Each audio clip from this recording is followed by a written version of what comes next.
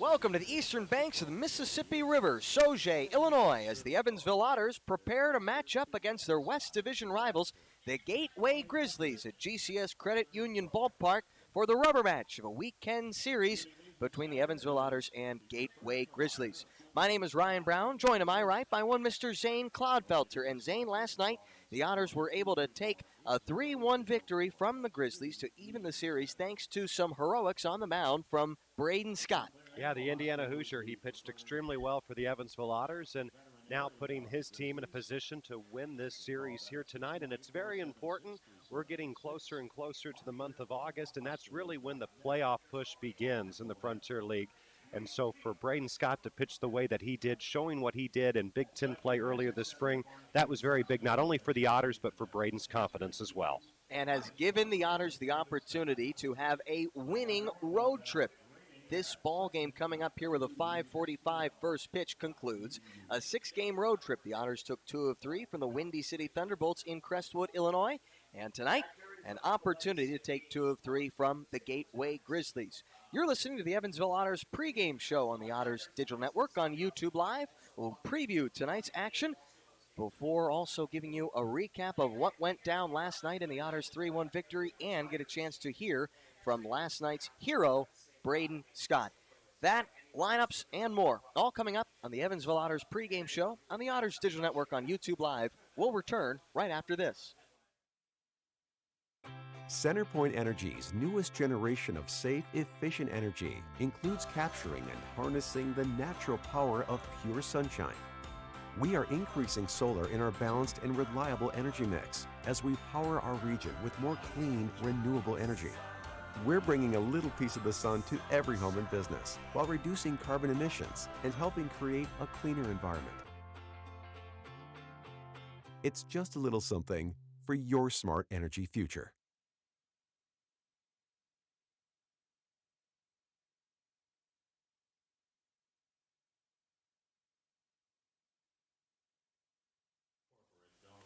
Welcome back to Sauget, Illinois. You're listening to the Evansville Otters pregame show on the Otters Digital Network on YouTube Live. The Evansville Otters, they're wrapping up a 6-game road trip tonight with an early evening rubber match against the Gateway Grizzlies at GCS Credit Union Ballpark on the east side of the Mississippi River. The Otters, they're coming off a 3-1 win last night as they rode a dominant performance from Southpaw Braden Scott to the victory, keeping Evansville just a game and a half back of first place in the Frontier League's West Division, where they sit right now behind the Florence Yawls. Evansville also homered for a third consecutive game last night when Andrade Cordero cleared the right field wall for a solo shot in the 6th, and that capped the Otters' scoring in that one. The Otts and the G-Bears, they're meeting for the third time this season and for the second matchup in Sauget. The season series stands at 5-3 in Evansville's favor, though the last time these two clubs played, Gateway bested the Otters, taking 2 of 3 over 4th of July weekend here at GCS Credit Union Ballpark. Though the Otters have a chance to flip the script, hopefully for them, getting the win here in the Sunday night rubber match. For them, it's going to be Polo Portella taking the pill tonight. He's looking to improve his already perfect record to 7-0. Portella, who enters play with a 3.76 earned run average, sits in a first-place tie for the Frontier League's leading win mark. And he's also tied for 4th in strikeouts with 56. Now we turn to a recap of last night's action, as it was former Indiana University Hoosier Braden Scott who shoved his opposition, sending the Evansville Otters to a 3-1 victory over the Gateway Grizzlies last night. Saturday's win evened the weekend series at GCS Credit Union Ballpark at 1 game apiece. And for the second consecutive night, the Otters would open the scoring in the top of the 2nd. After Elijah McNamee and Dakota Phillips led off the inning with back-to-back singles, Michael Gangwish would walk with one out to load the bases before Andrew Penner drew a base on balls to drive home a run with a raft full of Otters on the base paths. Evansville would extend their lead in the top of the 4th when Penner doubled home Andrade Cordero with a liner to left that reached the wall with 2 outs. After 3.5, the Otters led 2-0. With Braden Scott dealing on the mound for the Otters, Evansville would hold the Grizzlies to 1 hit, an infield single through the first 5 innings of play. Andrade Cordero then smacked the nightcapper, leading off the top of the 6th by belting an opposite field home run to the hot tub suite in right field here at GCS Credit Union Ballpark. The Otters thus pushed their advantage to 3-0. Braden Scott would continue to blank the Grizzlies until the 8th inning when he was lifted for Tyler Spring with 2 on and 2 out. Spring then retired the would-be tying run in the form of Andres Regno on just 2 pitches, inducing a 5-3 ground ball to end the 8th inning. That closed the line on Braden Scott's phenomenal line, matching Ryan O'Reilly for a team-high 7 2/3 innings of work as a starter this season. He allowed only 3 hits and 2 walks while striking out 7 and without surrendering a run. Bottom of the 9th came, and it was Logan Sawyer's turn to try and close out the ball game, looking for his 12th save of the year. Aside from a 1-out solo shot hit by Jay Prather, Sawyer struck out the side, picking up that 12th save of the season, which leads the Frontier League's Midwestern Conference. Braden Scott earned his 3rd win of the season, and we were lucky enough to have the opportunity to stand and talk with Braden Scott, the Otters rookie southpaw, here on the Evansville Otters pregame show. We'll turn things over to our opportunity to talk with Braden Scott, last night's hero, earning the win by throwing 7 2/3 scoreless as the Otters even the series against the Gateway Grizzlies. You're listening to the Evansville Otters pregame show on the Otters Digital Network.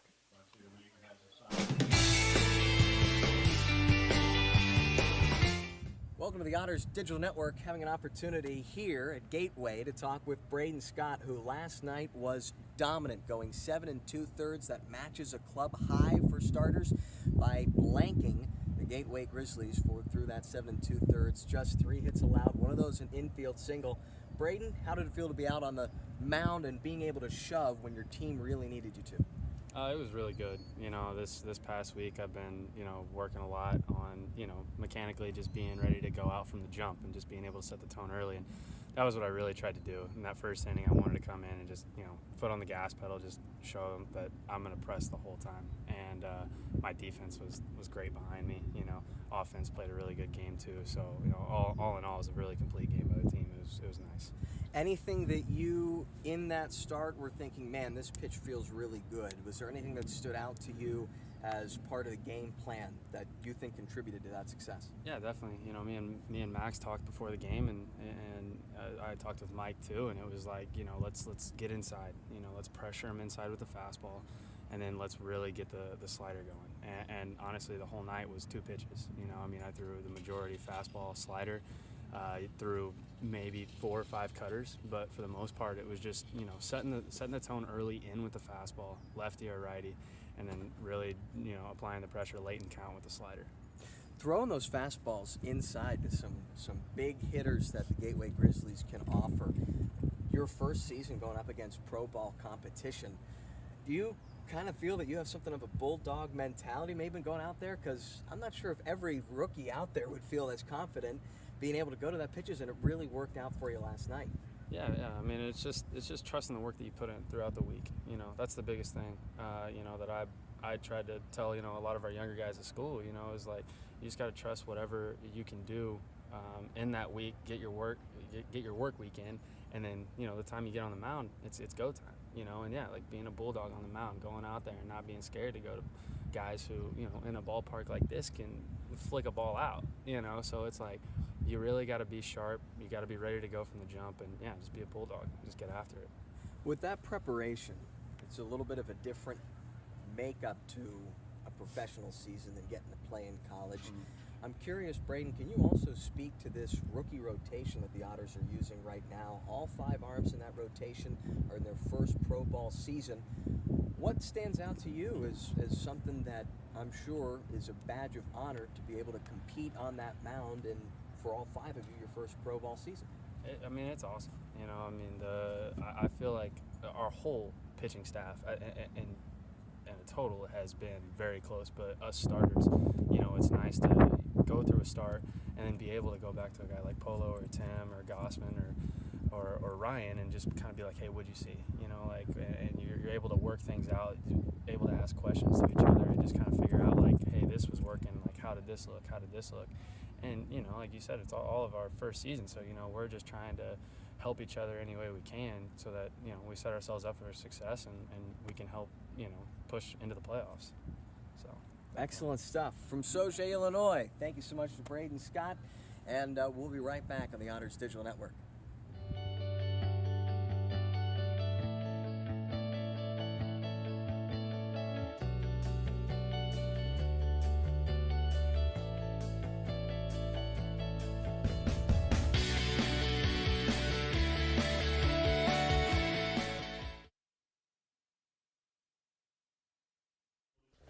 Special thanks to Braden Scott for taking the time to talk with us on the Evansville Otters pregame show on the Otters Digital Network. We'll step aside here briefly as the Grizzlies take the field at GCS Credit Union Ballpark, and when we return, lineups, then first pitch. You're listening to the Evansville Otters pregame show on the Otters Digital Network on YouTube Live. Getting ready and keeping fit for baseball season is hard work. That's why you'll find Evan at Bob's Gym.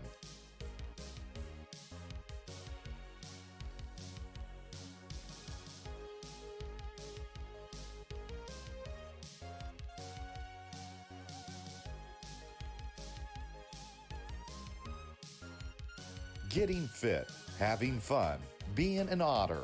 Be like Evan. Try a free 3-day pass at Bob's. We love our children and want them to be healthy. After all, a healthy child can make for a happy child. When you choose Anthem Blue Cross and Blue Shield, you have great doctors and great care to help your child stay healthy. And that is something to smile about. Choose Anthem to help keep your children healthy and happy. Enroll today. Call 1-800-403-0864. To learn more, visit www.anthem.com/inmedicaid. Before you danced the first dance. Before you walked down the aisle. Before the tables were set with care. Before you penned a single invitation. Before the day that went beyond your wildest expectations.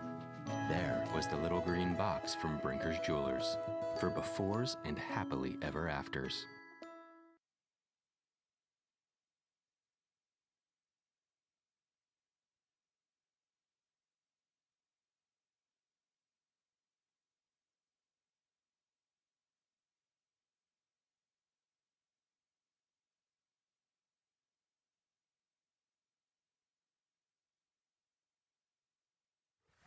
Welcome back to the Evansville Otters Digital Network at GCS Credit Union Ballpark in Sauget, Illinois. And now for lineups ahead of first pitch, we'll turn things over to public address announcer extraordinaire and current color commentator tonight, Zane Clodfelter.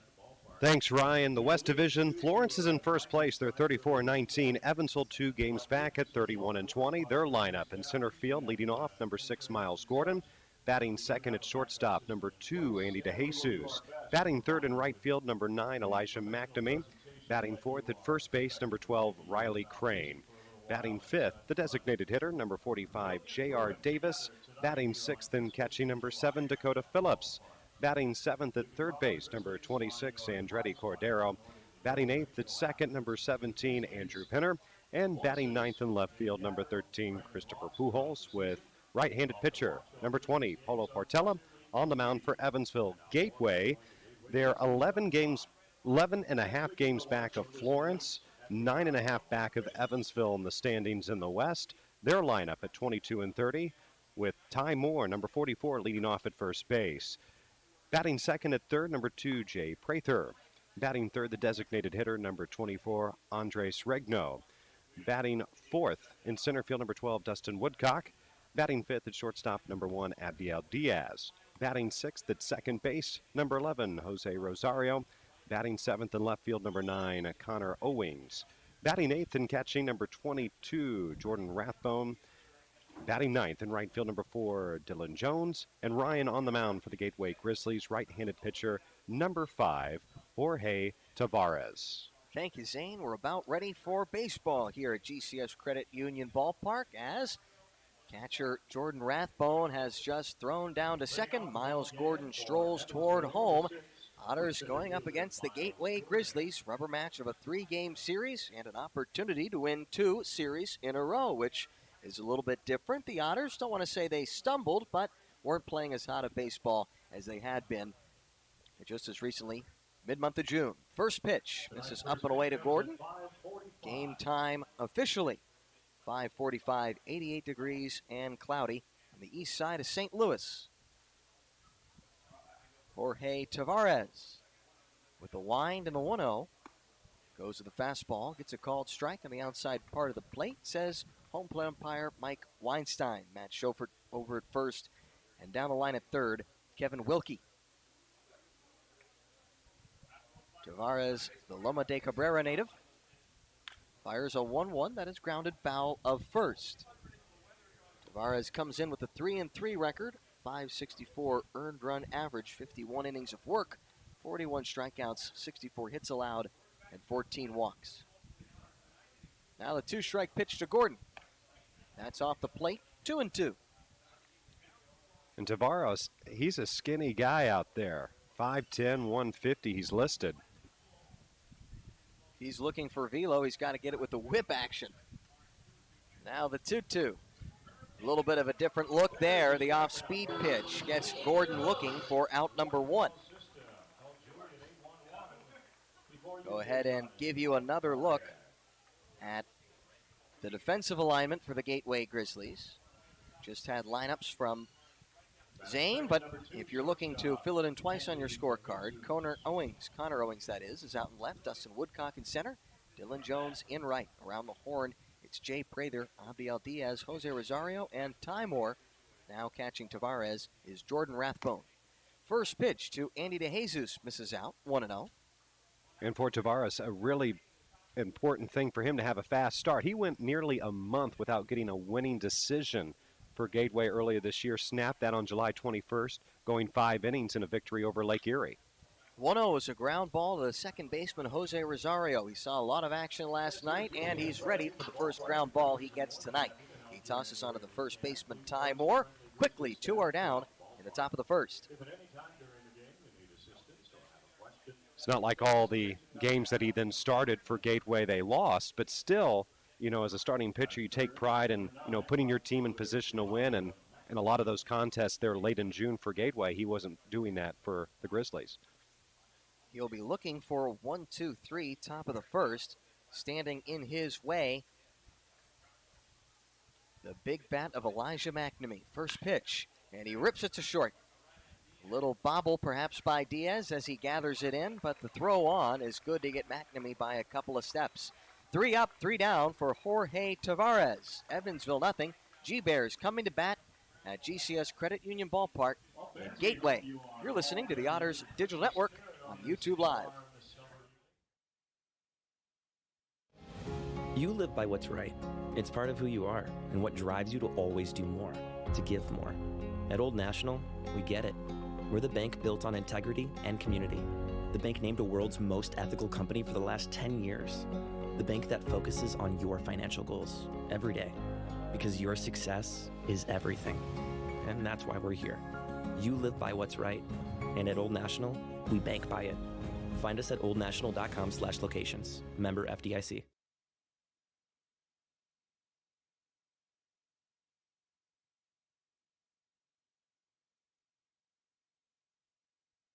If you're looking for a liquor store in Evansville, look no further than Liquor Locker. The Liquor Locker has the best selection at the best prices, including the largest craft beer and bourbon selection in the area. Our friendly and knowledgeable staff will help you find the beer, wine, and liquor you need for any occasion. And check out the fine selection of cigars at all Liquor Locker stores. Liquor Locker is now open Sundays 12 to 8 p.m. and offers citywide delivery. Visit one of our 10 conveniently located stores in the Evansville area today. There is always something for everyone at the Liquor Locker.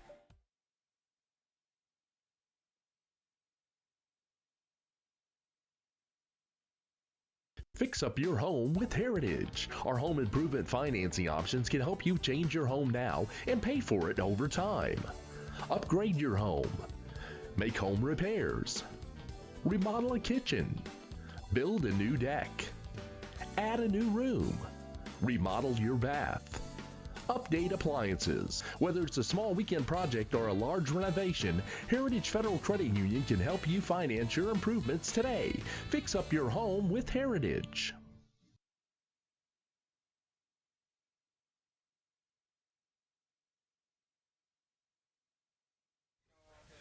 Otters went down 1-2-3 in the top of the first, bottom half of inning number 1 coming up. It's going to be Ty Moore, Jay Prather, and Andres Regno, 1-2-3 for the Grizzlies, going up against Otters right-hander, and perfect right-hander to this point in the season, Polo Portela. Portela, he is tied for the league lead in wins. 6-0 the record, making his 11th start of the season with a .377 earned run average. The Otters right-hander out of Sacramento, California, and the Cumberland University product. The line, the first pitch, catches a strike in the outside part of the plate, 0-1. And Ryan, he comes off of a winning decision against Windy City to start this road trip on Tuesday, going 6 innings of 1-run ball, and he had 6 strikeouts. Portela, one of the most reliable arms in that rotation for the Otters this season. The 0-1 is slapped to the right side of the second base bag and to the right of second baseman Andrew Penner. Into right center, there's 3 rights for you, and Ty Moore is on base to lead off the Grizzlies, half of the first. Defensive alignment for the Otters. There's Christopher Pujols in left, Miles Gordon in center, and Elijah McNamee in right. Andredi Cordero is at the hot corner, Andy DeJesus at short, Andrew Penner over at second, Riley Crane playing at first base, and catching Polo Portela is Dakota Phillips. Time is called at the plate before Jay Prather stands in. Prather, the left-handed hitting third baseman for the Grizzlies. One of 5 lefty bats in the lineup for the Grizzlies tonight. Portela set at the belt, first pitch. There's a strike on the outside part of the plate, 0-1. By the way, with Ty Moore's leadoff base hit, it's the birthday boy, Brandon Taylor. It's his birthday today, our scoreboard operator, and he would always say, there goes the no-no. The leadoff batter, Brandon, there goes the no-no. Happy birthday. Happy birthday indeed. The dean of the press box. The dean of the press box, amen. The 0-1 is a fly ball out towards center. Miles Gordon takes a couple of steps to get a read and makes the catch for out number 1. The Otters, they'll be headed back home following tonight's game. A 7-game, 6-day homestand. And you're excited for it, aren't you? Oh, big games. West Division rivals. First, the Florence Yalls come to town, then the Southern Illinois Miners. With giveaways, too, so check out the website. On Saturday, a doubleheader, there's a giveaway at the gate. That's a tease. That's a tease. I like it. Look at this. We're already getting in promos, first inning. Yeah, man, this we're is good. Some pro stuff. We're making Brittany Skinner very happy back in Evansville. Yes, Andres Regno takes a rip at the first pitch breaking ball he sees, but does not make contact. He bats with 1 out, bottom of the first inning. Ty Moore is over at first. No score yet in this one. Polo Portela making his second start of the year against the Grizz. Throw over to first here. Back standing is Ty Moore. Portela last faced the Grizzlies on June 15th, posting a quality start, surrendering just 2 runs on 5 hits while striking out 6. Here comes the 0-1. Looks like he goes back to the breaking ball. It's a little chopper in front of home, or so Dakota Phillips thought. However, home plate umpire Mike Weinstein is right there to make the call and say that it was just foul of the third base line in front of home. Andres Regno, former Kingsport Met. No, and somewhat difficult for him to see if it's fair or foul, judging his position right in the middle of the infield, but he saw it his best. That's his best. 2-strike count on Regno. The 0-2. Breaking pitch, pretty close to the lower outside corner. Regno able to hold up. Now 1-2 on the Grizzlies' right-handed hitting designated hitter. Regno, the hot bat in the month of June, had homered in 6 consecutive home games to start the month. 1-2. They go back to the slider from Portela. Once again, Regno able to hold off, count even. Really good discipline here, trying to get him to chase, especially on those sliders, and he's not biting. Andres Regno, the number 3 batter in the Grizzlies order, facing Polo Portela. Throw over here. Ty Moore back standing. Ty Moore, the runner at first. They've paid the leadoff batter in the Grizzlies order plenty of attention early. He has stolen 2 bags. This is ripped foul out toward the Grizzlies dugout. And Ty Moore has speed, but you don't want to focus so much on the runner that you lose focus of the guy batting. With one out, if he gets to second and there's somebody retired, you're still fine if you take care of business and get the third out of the frame. Portella, another throw over here. Moore able to get a hand back in safely. Big hole on the right side of the infield. First baseman Crane holding Moore on at the bag. Another 2-2. And that missed just low, apparently. Now the count full on Regno. Otters wearing their, what would you call that? Dark blue jersey tops? The Otter blue. I am colorblind, so I defer. Is that true? Yes, it is I true. didn't know this. I was just getting the old color scheme down for the Otters, and then they changed it on me, so now I'm relearning. The 3-2 breaking ball misses just outside to Andres Regno. Portella right around the strike zone there in that AB, but to a dangerous bat. Better he walks 90 feet than crosses 360. And Dustin Woodcock, he is a serious threat. He's batting cleanup for the Grizzlies for a reason, and especially in this ballpark. I haven't referenced it yet, but if you've been to GCS Ballpark, there is a short porch from basically right center all the way close to the hot tub suites, as you called them earlier. Just 301 down the line in right. Dustin Woodcock, who homered twice Friday night, facing Polo Portella. 2 aboard, 1 out. First pitch. And there's a curveball that misses low. 1-0. And he's a pull hitter with that short porch. So it won't take a lot for him, for Woodcock, if he extends his arms and gets some muscle and strength behind it, he could do a lot of damage here early. Woodcock last night went 1 for 3. The ball game Friday, you know about those 2 home runs. He was 3 for 3 in that one. Here comes the 1-0. And here's a fly ball out toward Miles Gordon. Once again, wind blowing somewhat in toward the left field line. Miles Gordon underneath it. He makes the catch for the second out.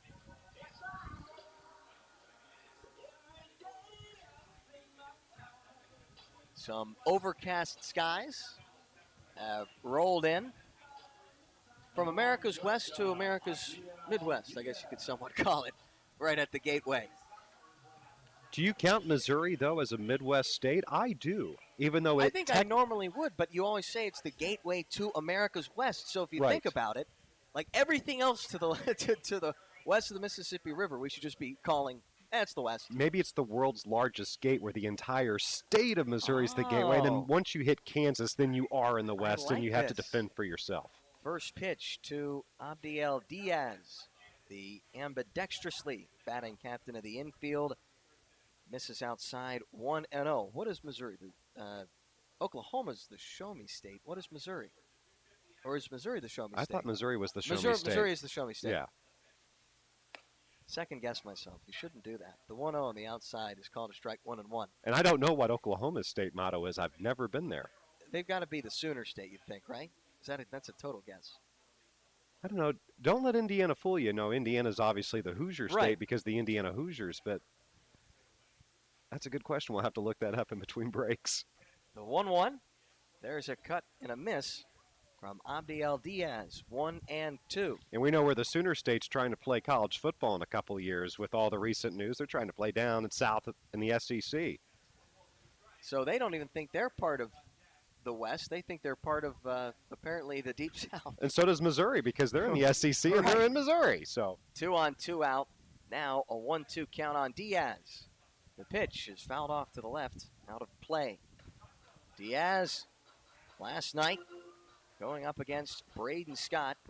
He was 1 for 3 with a walk and a double. Had one of the Grizzlies' 4 hits in the ball game yesterday. Portella looking to get out of the first, scoreless. Another 1-2. And once more, popped up off to the left, out of play.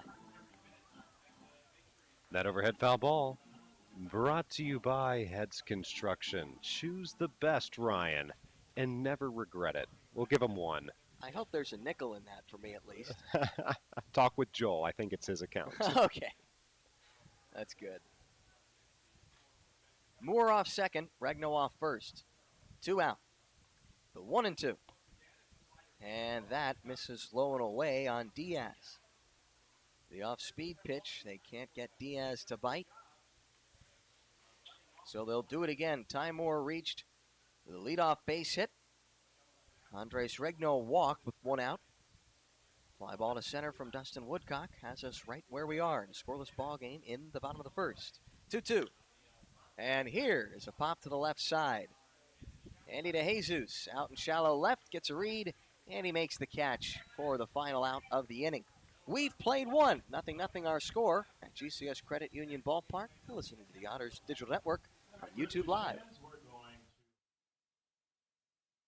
Fix up your home with Heritage. Our home improvement financing options can help you change your home now and pay for it over time. Upgrade your home. Make home repairs. Remodel a kitchen. Build a new deck. Add a new room. Remodel your bath.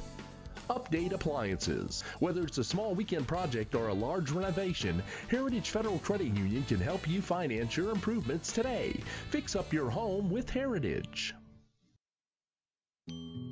Before you danced the first dance. Before you walked down the aisle. Before the tables were set with care. Before you penned a single invitation. Before the day that went beyond your wildest expectations. There was the little green box from Brinker's Jewelers for befores and happily ever afters.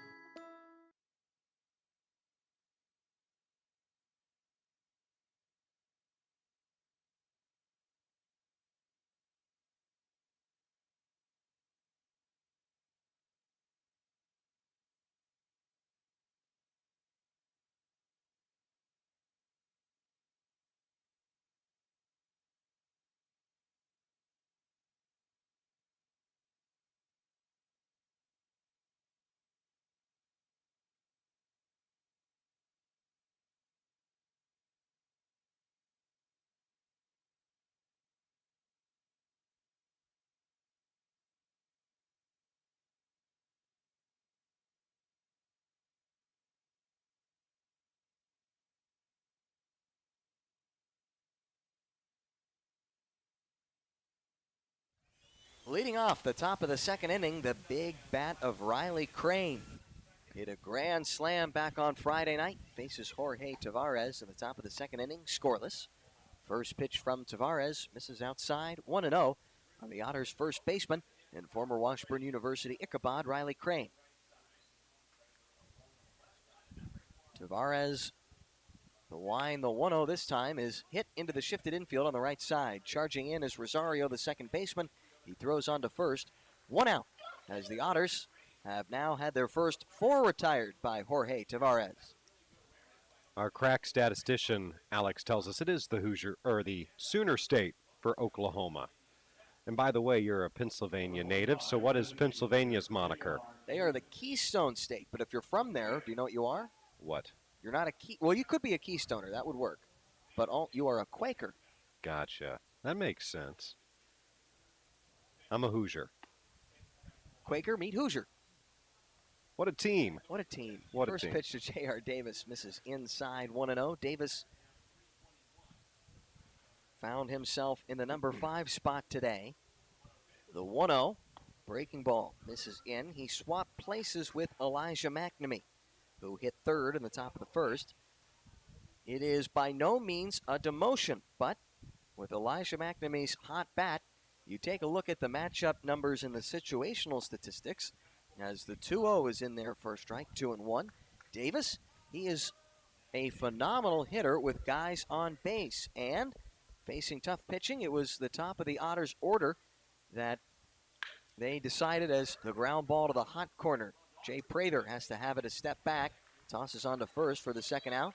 Decided, well, we want J.R. Davis up with guys aboard, And Elijah McNamee has been really good at getting on base, so it seemed like a natural fit. Also trying to get somebody on for the cleanup man, Riley Crane, but not going according to plan here as Jorge Tavares has retired the first 5 Otters. No, he's dealing, and he has, it appears, some momentum from his previous start, which I know momentum in baseball is really hard to come by because of how many games you play, and as a starter, you're only going every 4 or 5 days. Dakota Phillips will try to break up some of that momentum. First pitch to the Otters catcher is a called strike on the outside part of the plate. Zane, going to have to ask you to keep a real close eye on that outside edge tonight between both sides because it looks a little long here in this AB to Dakota Phillips, and I don't know if the same was true in the bottom half of the first. Now the 0-1. That time, it's low and away. So 1-1 the count on Phillips.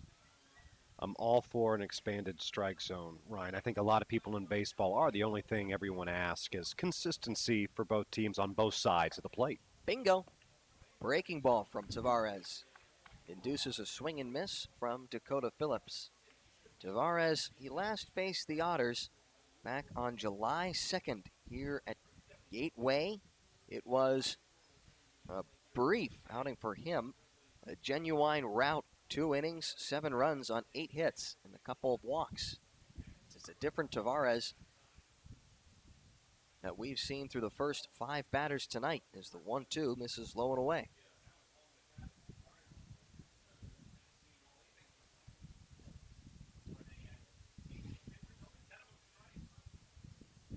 Tavares, the former Angels farmhand, going up against Phillips. 2-2, back to the breaking pitch, cut on and missed. Completing the strikeout is Jordan Rathbone as he tosses down to first, over to Ty Moore. 6 up, 6 down for Jorge Tavares. Bottom 2 on its way, nothing to score. You're listening to the Otters Digital Network on YouTube Live. CenterPoint Energy's newest generation of safe, efficient energy includes capturing and harnessing the natural power of pure sunshine. We are increasing solar in our balanced and reliable energy mix as we power our region with more clean, renewable energy. We're bringing a little piece of the sun to every home and business while reducing carbon emissions and helping create a cleaner environment. It's just a little something for your smart energy future. Getting ready and keeping fit for baseball season is hard work. That's why you'll find Evan at Bob's Gym.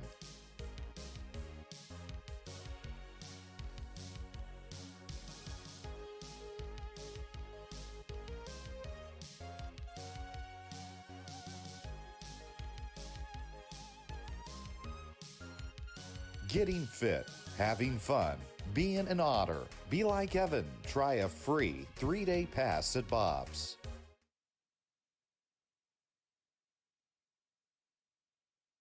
We love our children and want them to be healthy. After all, a healthy child can make for a happy child. When you choose Anthem Blue Cross and Blue Shield, you have great doctors and great care to help your child stay healthy. And that is something to smile about. Choose Anthem to help keep your children healthy and happy. Enroll today. Call 1-800-403-0864. To learn more, visit www.anthem.com/inmedicaid.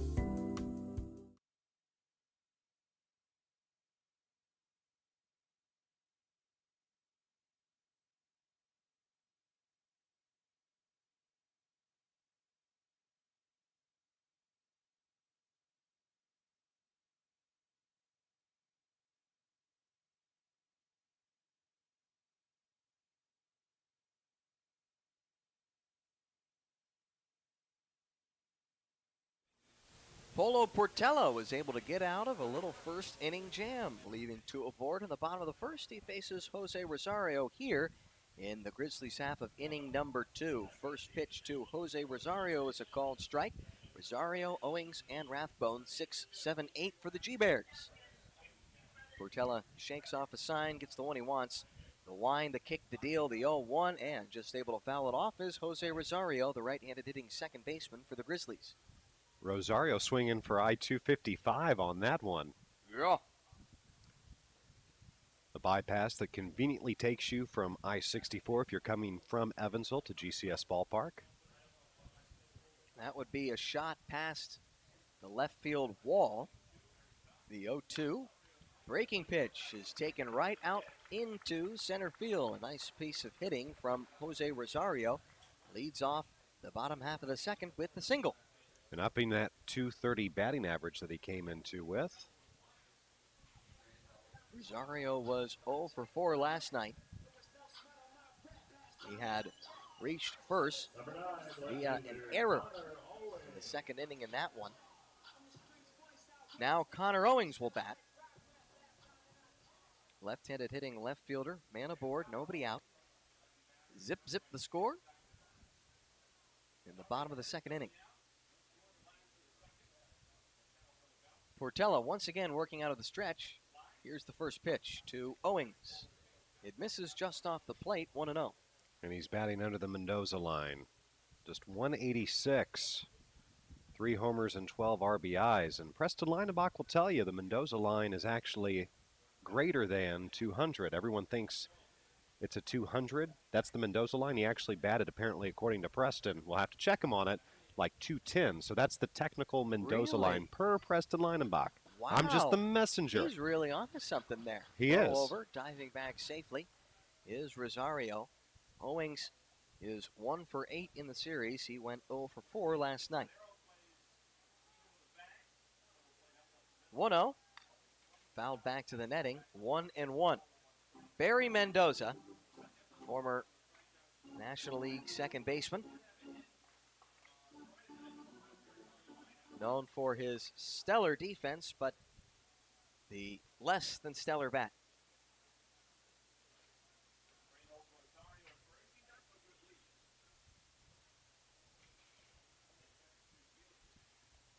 Mario Mendoza. Did I say Barry? Where did I come up with that from? Mario Mendoza, career batting average, 215. How about that? See, and I undersold him 5 percentage points there. He did bat for 2 seasons as another throw over has Rosario diving back safely. For 2 seasons, he hit 198 in 1977, which would be just below the so-called Mendoza line. And then he did it again in 1979 with the Seattle Mariners. Hitting 198? Winning 198, yeah. Okay, so that's like the closest he came. Counter that back to Preston, and we'll see what kind of 1-1 breaking ball misses out. Mutual agreement we can come to then Tuesday in the press box at Bosse Field. I'm dying to hear the back He's and right forth on, banner. Though. It is 215. He's right. That is the Mendoza line. That's funny.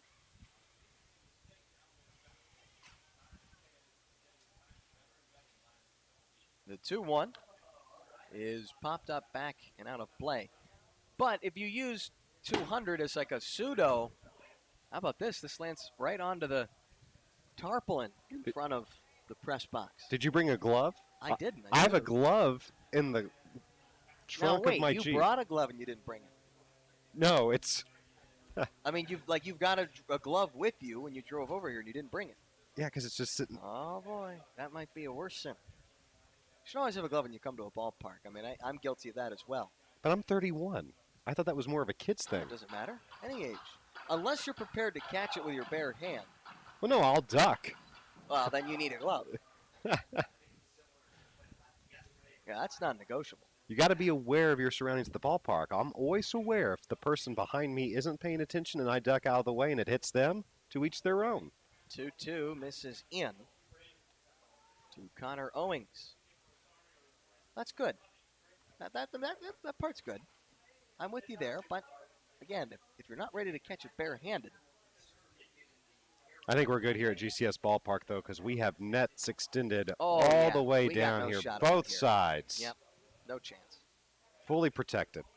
3-2. The runner goes. It's a fly ball toward left. Christopher Pujols is there to his right. Underneath, makes the catch. 1 down, as Jose Rosario will retreat to first.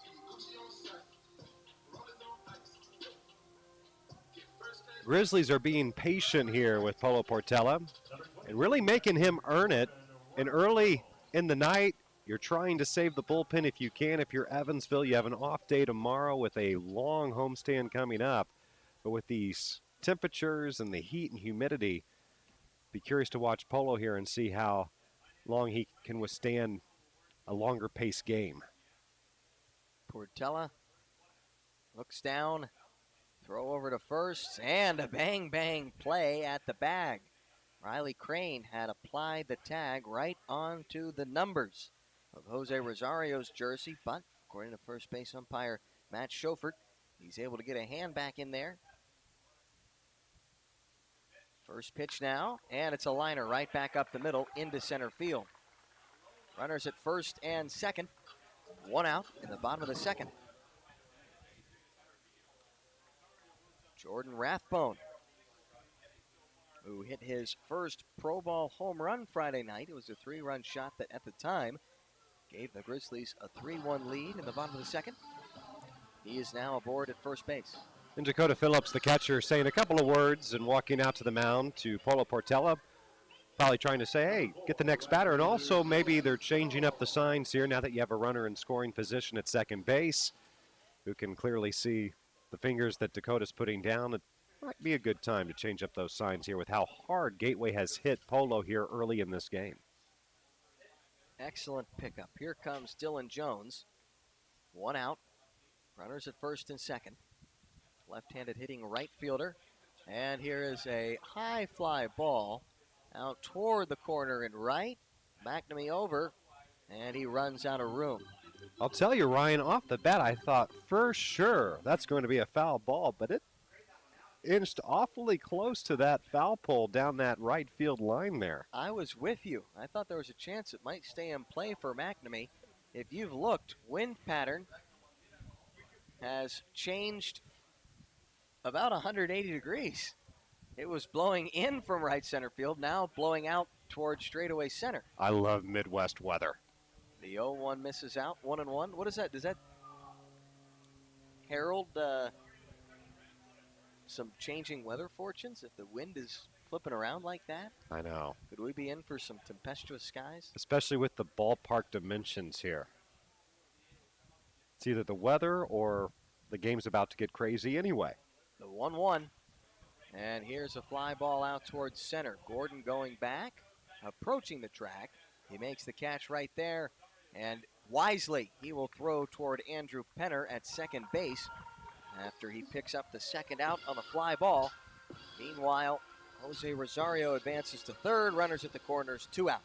Good baseball acumen there. You want to prevent another guy getting into scoring position, so you throw it into second. Keep him at the corners. That way, if there is a base hit here by that leadoff guy, Ty Moore, who's already reached once already this evening, you're limiting the damage offensively. Ty Moore, he singled his first time up, leading off the bottom of the first inning. He bats with Jose Rosario at third and Jordan Rathbone at first. 2 out in a scoreless ball game in the bottom of the second. First pitch, breaking ball. There's a strike on the outside part of the plate, 0-1. Ty Moore, the former 12th round draft pick of the Pittsburgh Pirates out of UCLA in 2015. Modern-day high school product of Santa Ana, California. I was getting ready to say that name is not familiar to me in Evansville because there is an Evansville Modern Day. The 0-1 misses out, 1-1. Was trying to get you there. One of the, see if I could get your ears to perk up a little bit there. Modern Day in Evansville, one of the best wrestling programs in the state. Mike Gable, a legendary head coach, also coaches football for them, and they've had a lot of success as well. They've also had some ball players graduate from Modern Day and go on to baseball. success. Yes. Hunter Owen being the last one called up by the Pirates. He's currently, I believe, at AAA Indianapolis with the Indians. The 1-1 misses away, 2 balls and a strike. Who as of right now are still going to keep their name going into 2022. The Cleveland Indians are not, but obviously not related there in terms of the hierarchy of Major League and Minor League Baseball. They're not going to be the Indianapolis Guardians? No, but for Indiana as the Hoosier, I'll tell you, Indiana means land of Indians. So if any state can pull it off, perhaps Indy and Indianapolis can. 2-1 foul back over the netting. Otherwise, are you going to change the name of the state? That's the question. I do like the Guardians name, though, for Cleveland. It Do you fits. really? It fits because Okay, I have explain this to me because I have no idea where Guardians came from. I have a couple of buddies who are big-time Indians fans, and they're from Ohio. I guess there is a bridge near the ballpark that you can see the ballpark from this bridge, and there are the 4 Guardians of Travel or something. And so there's been pictures circulating on social media. Thus, I like it because it kind of fits with the city's fabric. 2-2, grounded foul of first. Alternative, can I throw at you? Okay. What about the Cleveland Rocks? They didn't want that. They didn't want They that? did not. They considered it, at least. If they would have considered that, I think both of my buddies would have been horrified. Really? And special shout out to Chad Linskog, a writer at the Courier, and then Patrick Moore, who's getting married in a couple of weeks. I'll be at his wedding in Athens, Ohio. But no, they're the 2 Tribe diehards, and they'll soon be ditching their Chief Wahoo gear and getting some Guardian stuff. With 2 on, 2 out, the 2-2. There is a swing and a miss. Polo Portela, back-to-back frames. He's left 2 aboard. We head to the top of the 3rd inning. 0-0, our score. You're listening to the Otters Digital Network from the eastern banks of the Mississippi on YouTube Live.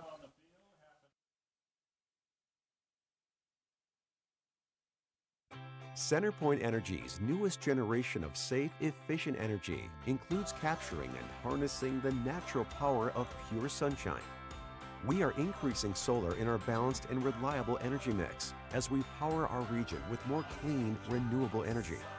We're bringing a little piece of the sun to every home and business while reducing carbon emissions and helping create a cleaner environment. It's just a little something for your smart energy future. Getting ready and keeping fit for baseball season is hard work.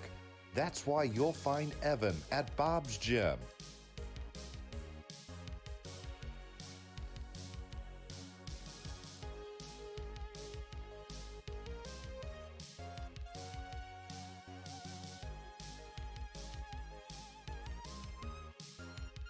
Getting fit, having fun, being an Otter. Be like Evan. Try a free 3-day pass at Bob's. We love our children and want them to be healthy. After all, a healthy child can make for a happy child. When you choose Anthem Blue Cross and Blue Shield, you have great doctors and great care to help your child stay healthy. And that is something to smile about. Choose Anthem to help keep your children healthy and happy. Enroll today. Call 1-800-403-0864. To learn more, visit www.anthem.com/inmedicaid. Fix up your home with Heritage. Our home improvement financing options can help you change your home now and pay for it over time. Upgrade your home. Make home repairs. Remodel a kitchen. Build a new deck. Add a new room.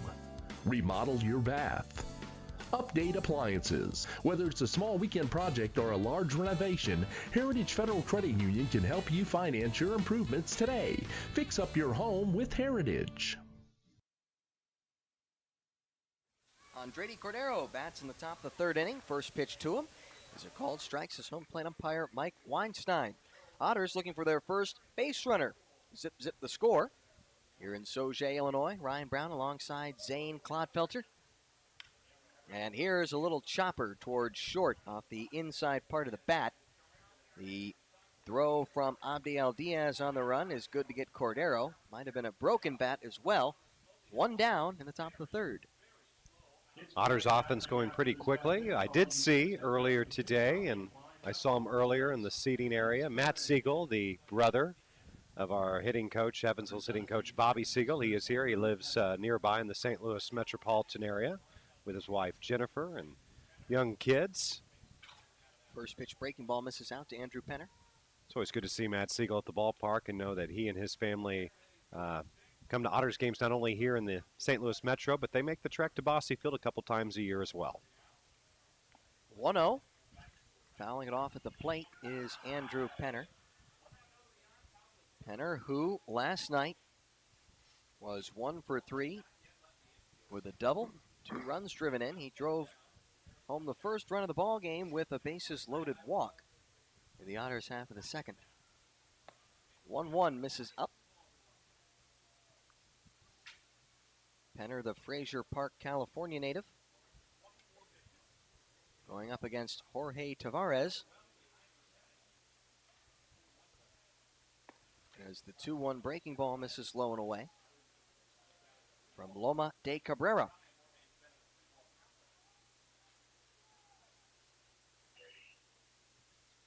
Here's the 3-1 to Penner. And that misses outside, and the Otters have their first base runner with a 1-out walk to Andrew Penner. Well, there goes the perfect game, birthday boy Brandon Taylor listening back in Evansville, Indiana. But the Otters really need a hit. And they have a guy who has the ability to get on base. Christopher Pujols missed some time with an injury. His brother Jose has been a big contributor as well. But it's good to see Christopher Pujols getting at-bats again and back in this Honors lineup.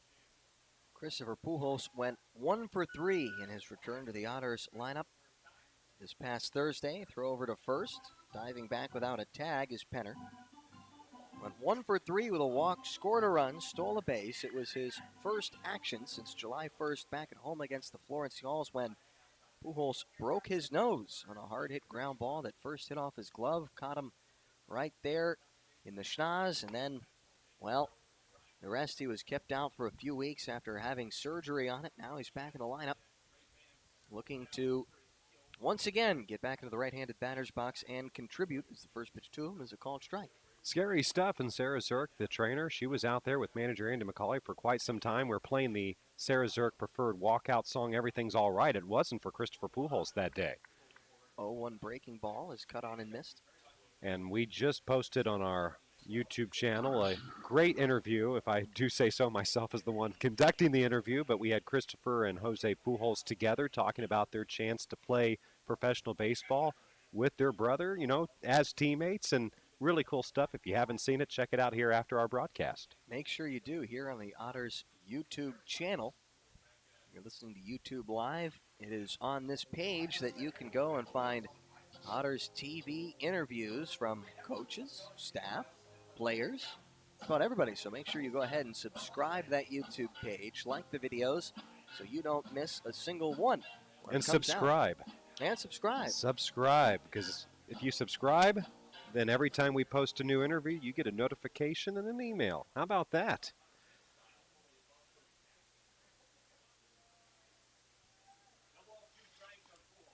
Once more, a throw over, and Andrew Penner able to tuck that right hand in at the bag at first.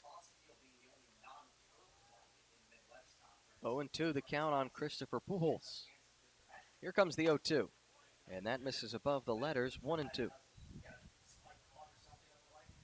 Christopher Pujols, he's playing out in left field. First 2 games of the series, that was Andrew Penner. Otters looking to fill the hole and the absence felt by Bryce Denton. Last week put on the 60-day disabled list.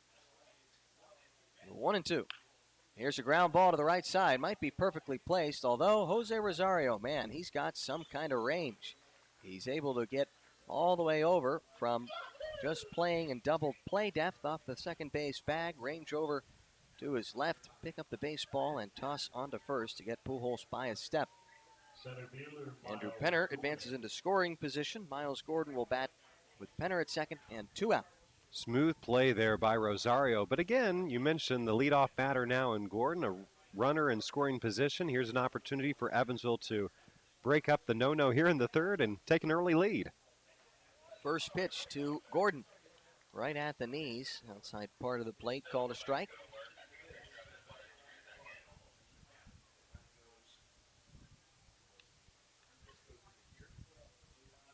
Gordon struck out looking his first time up.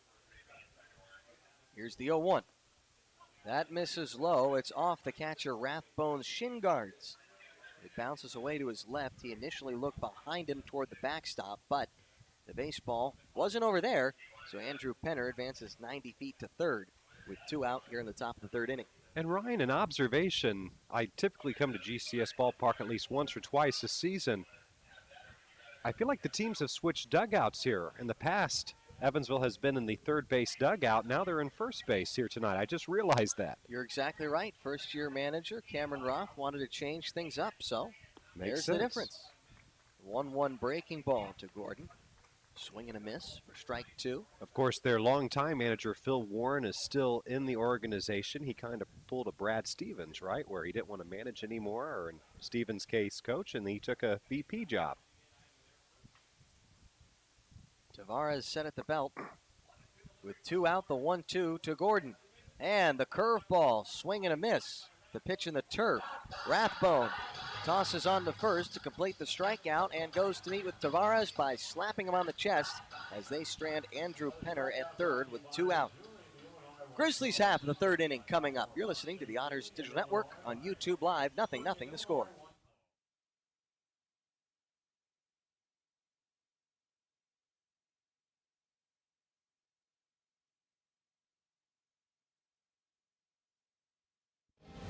You live by what's right.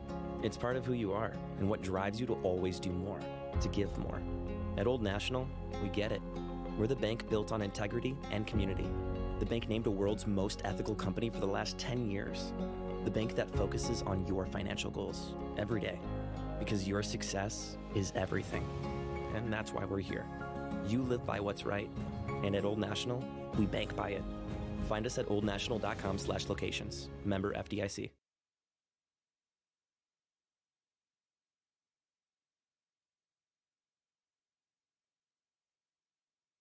If you're looking for a liquor store in Evansville, look no further than Liquor Locker. The Liquor Locker has the best selection at the best prices, including the largest craft beer and bourbon selection in the area. Our friendly and knowledgeable staff will help you find the beer, wine, and liquor you need for any occasion. And check out the fine selection of cigars at all Liquor Locker stores. Liquor Locker is now open Sundays 12 to 8 p.m. and offers citywide delivery. Visit one of our 10 conveniently located stores in the Evansville area today. There is always something for everyone at the Liquor Locker.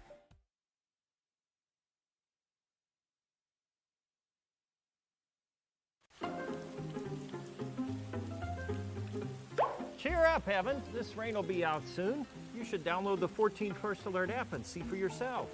You can see what's coming up to 7 days in advance, or you can break it down hour by hour. Check out live radar so you can see what's happening in real time.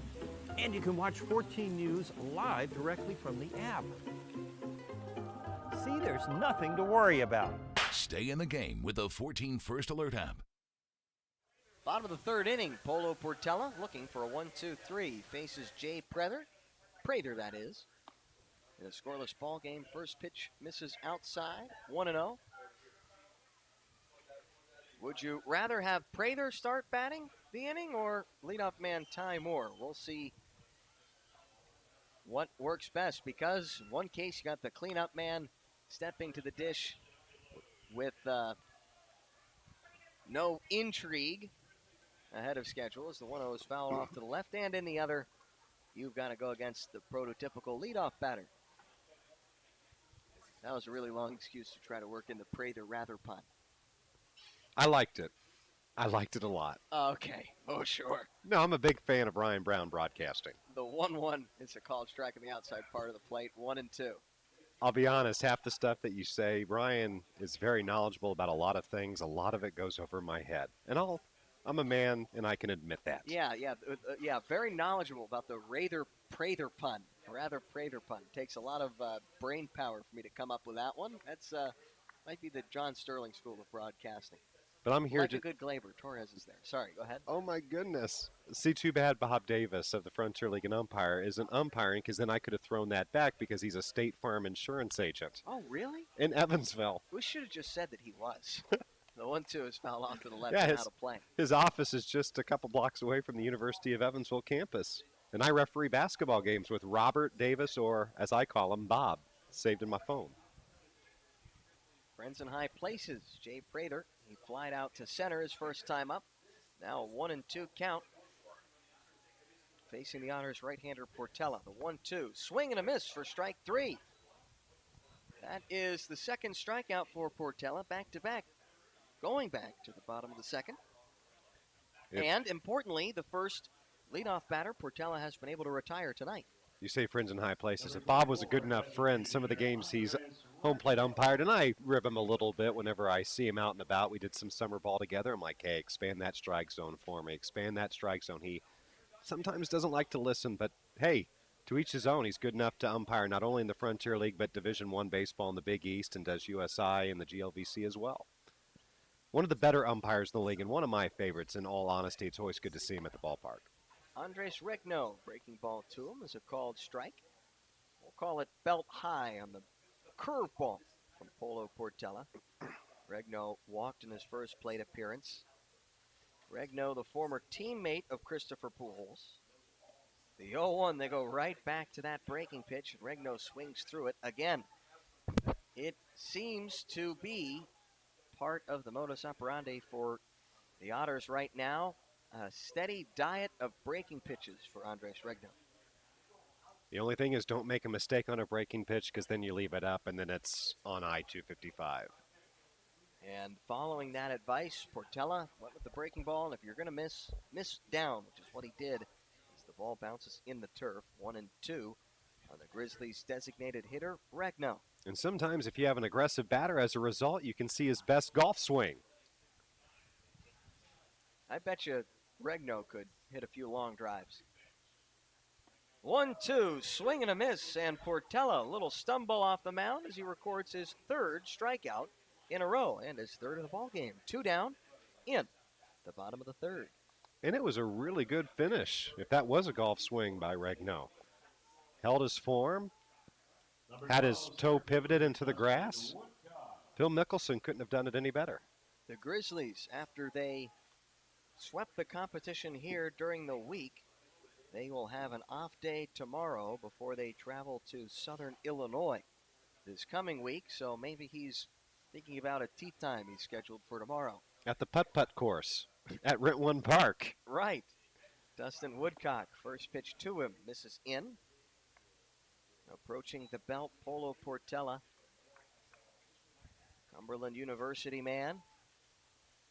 Which Jason Gary at Southern has never offered to pay for my round and take me on the miniature golf course. I'd love to try it. For how many times I've been there, but I've never played. Have you played it? I have not. No invitation from me. I feel like other team broadcasters get to play that course. We need to crack that code. The 1-0 misses out. 2 balls and no strikes on Woodcock. Is that true? Tim Calderwood on Snapchat always shows snaps of putt-putt? Yeah. What is going on? He was having a great old time. I think we just need to, next time we show up there, take our legit golf clubs and stand there outside the gate. That's the way to do it. I'm with you. Portela has fallen behind Woodcock 2-0. And the fastball can't seem to find the strike zone either, just off the outer edge. 3 balls and no strikes on Woodcock. Portela, who was slated to start the 2020 season with the Otters, returning in 2021. And what a fine season it's been to this point. The 3-0 is lined past the diving first baseman Riley Crane. Into right field. Crane went for full extension there to his right. The tall Otters first baseman not quite able to get any leather on it, and with a 2-out single, Dustin Woodcock is aboard. Yeah, Woodcock got every bit of that, and Riley Crane, give him credit, trying to stretch and extend to his right, as you mentioned, just a couple of inches away. There's nothing you can do about that, but the good thing is for Evansville, unlike the previous innings, this is a runner on first, but there's still 2 outs, so take care of business here. There's not that much pressure. Don't let it get worse and compound things. Abdiel Diaz, he popped out to the shortstop Andy DeJesus in the first. First pitch swinging. He fouls it off at the plate, 0-1. Portela entered play in a 5-way tie for the most wins in the Frontier League with 6. He'd like to get number 7 tonight. He was also 5th best in the league in strikeouts, tied for 4th with 56 Ks through his first 10 outings. The 0-1, this is just off, 1-1.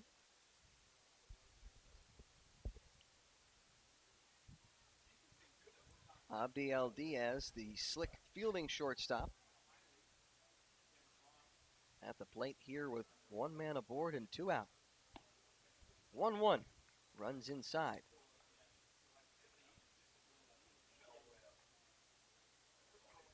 Portela Cumberland University product. A couple of big leaguers to have made the show from there, Cumberland University. The most recent, Aaron Wilkerson, who spent some time with the Florence Freedom in the Frontier League in the early 2010s. The 2-1. There's a strike. Outer third of the plate, 2-2. Wilkerson, former reliever for the Milwaukee Brewers.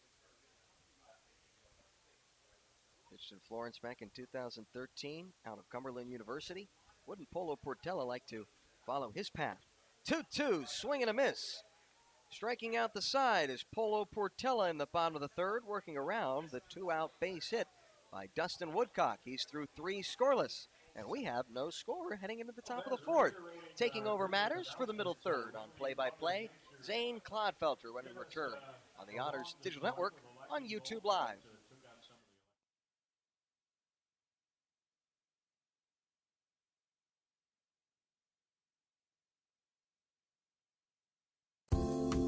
We love our children and want them to be healthy. After all, a healthy child can make for a happy child. When you choose Anthem Blue Cross and Blue Shield, you have great doctors and great care to help your child stay healthy. And that is something to smile about. Choose Anthem to help keep your children healthy and happy. Enroll today. Call 1-800-403-0864. To learn more, visit www.anthem.com/inmedicaid.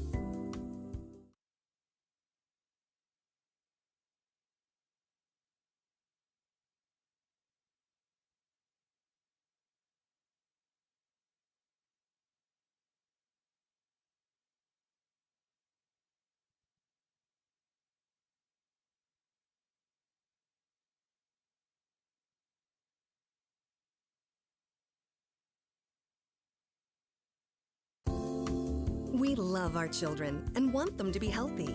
After all, a healthy child can make for a happy child.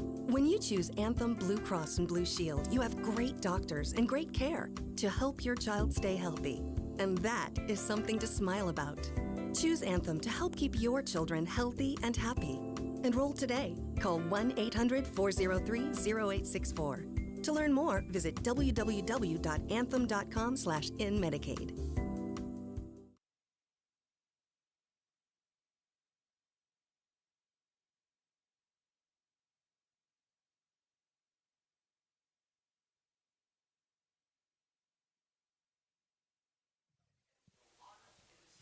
Back at GCS Ballpark, Zane Clodfelter, Ryan Brown with you. Top of the fourth, the Otters are still looking for their first hit. And Andy DeJesus leads things off, the second baseman, or shortstop, I should say, with the ball.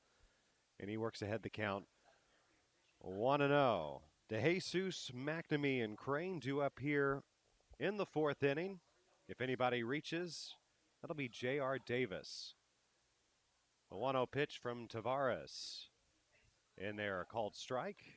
1-1 on the curveball. And Ryan, Evansville still looking for that base hit. They've been aggressive, so when do you try to slow things down a little bit and show some patience? Well, they got the second. And that pitch is taken for a ball there.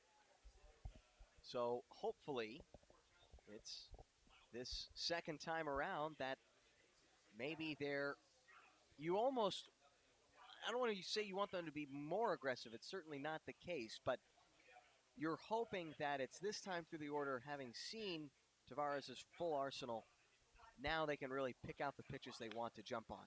Here's a ground ball to the second baseman for DeJesus. And Rosario throws him out for the first out in the inning. The only base runner so far for Evansville through 3 1/3 here at GCS Ballpark. It was Andrew Penner who walked, but he was left stranded on base. So Evansville trying to win this series and go back to Evansville for a 7-game, 6-day homestand beginning Tuesday. 12 games over 500, and that brings in Elijah McNamee, the right fielder. McNamee, a hard-hit ground ball for him to shortstop his last time. First pitch he sees is in there, a called strike. It's rare that McNamee doesn't get in there and put together a good at-bat, or at least make it a little difficult on somebody's defense. McNamee batting .347, 5 home runs and 29 RBIs. And he gets out of the way of an inside pitch as the count evens at 1-1. McNamee came into this one also hitting .333 in his last 5, so he's been keeping that high batting average elevated.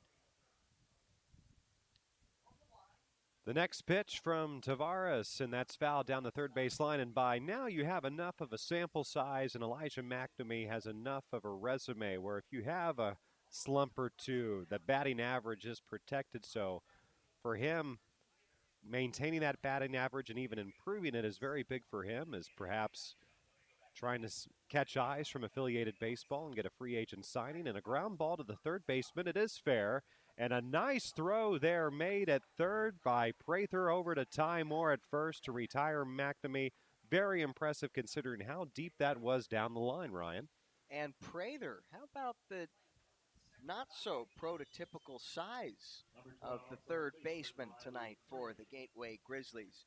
He is a man of, don't want to say shorter stature, but not the tallest third baseman you'll ever see. He's still able to get enough oomph on that throw to beat McNamee. And good positioning by him helps that cause. Here's Riley Crane, the first baseman, batting .285. And if you want to run batted in, Riley Crane would be your guy. He has 45 RBIs, 9 home runs, and he has been a key cog in Evansville's success in the home run derby as the count now evens on him. 1-1 from Tavares.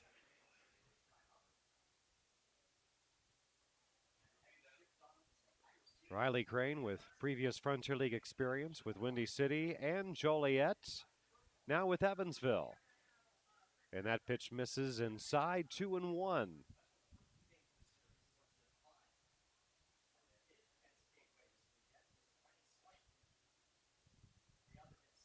Tavares, the next pitch, and a swing and a miss.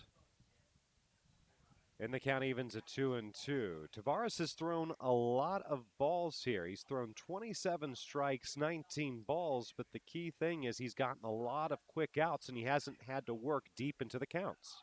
Something to be said about being effectively wild, maybe. Edwin Jackson knows a lot about that from Major League Baseball. One of my favorite things of his was when he threw a no-hitter and he had to throw, 120, 130 pitches to get there. It was far from perfect, but there were also no hits. Messy, but it counts. The 3-2 pitch from Tavares, and it's fouled at the plate, so Crane spoils that pitch and lives to see another pitch. Yeah, that's a nice job of just hanging with a breaking ball. It's easy to get sped up in a quick inning, what could be a 1-2-3. Big curve from Tavares there. He's able to hang with, stay alive. The 3-2 pitch from Tavares. Here it is, and again it's fouled by Riley Crane. And we'll do it again. A 3-2 count. The Otters and Grizzlies were scoreless here, top of the fourth at GCS Ballpark on the eastern banks of the Mississippi River. We can see downtown St. Louis from our perch here in the press box behind us. The next pitch, and this is a high drive to right field, and Riley Crane has just given the Otters the lead on a solo home run. The first hit of the night for Evansville. It's a bomb from Riley Crane to right in the short porch, and he's touched them all here at GCS Ballpark. And you didn't need much of that short porch. I think that might have hit off of that back wall. Riley Crane, his 10th homer of the year, absolutely smashed.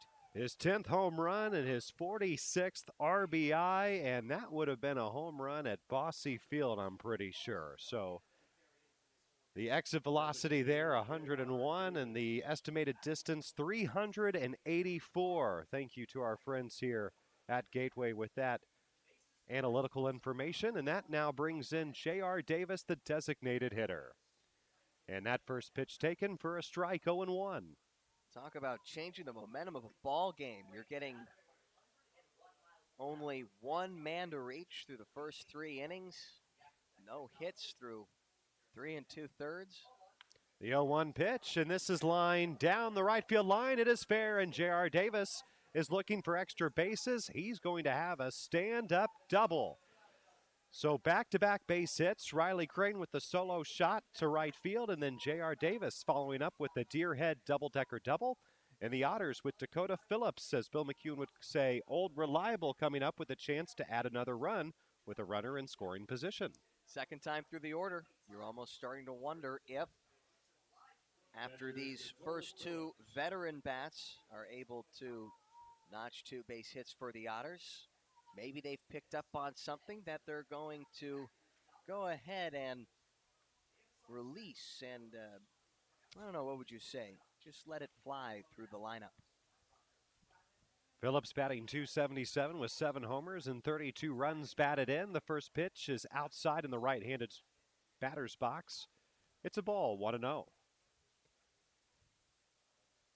Davis has speed. He is in scoring position at second base, so anything down the line here by Dakota Phillips should score him easily, should that happen.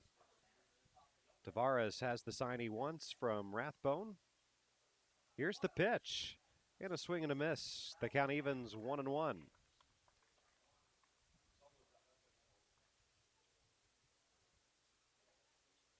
The Otters trying to keep pace with the Florence Yalls. Evansville has had a division lead as big as 4 games in the West Division, but currently in second place, a couple games back as we entered play here tonight. The 1-1 pitch and a swing and a miss as Phillips trying to golf it out there on a pitch low in the zone, just couldn't make contact. A little bit behind the fastball there too, maybe. Tavares, I think on the pitch before, had tossed out something off speed, so a nice job of changing speeds for the Grizzlies right-hander. 1-2 count with 2 outs, a runner on second. And the Otters with a 1-0 lead. The pitch and a swing and a miss. And Tavares strikes out Dakota Phillips, but not before Riley Crane broke up the no-no here in the fourth. A solo shot to right. The Otters on top, 1-0 on the Otters Digital Network on YouTube Live TV. CenterPoint Energy's newest generation of safe, efficient energy includes capturing and harnessing the natural power of pure sunshine. We are increasing solar in our balanced and reliable energy mix as we power our region with more clean, renewable energy. We're bringing a little piece of the sun to every home and business while reducing carbon emissions and helping create a cleaner environment. It's just a little something for your smart energy future.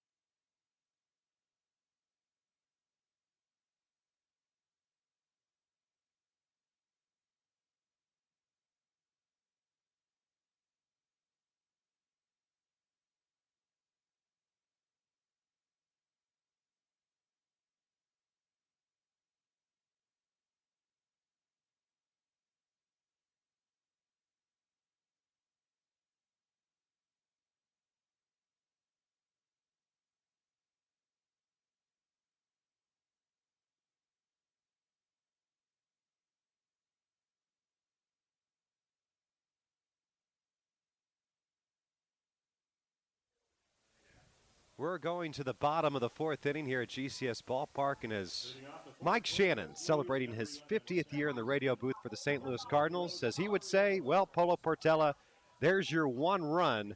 Go get it, big boy.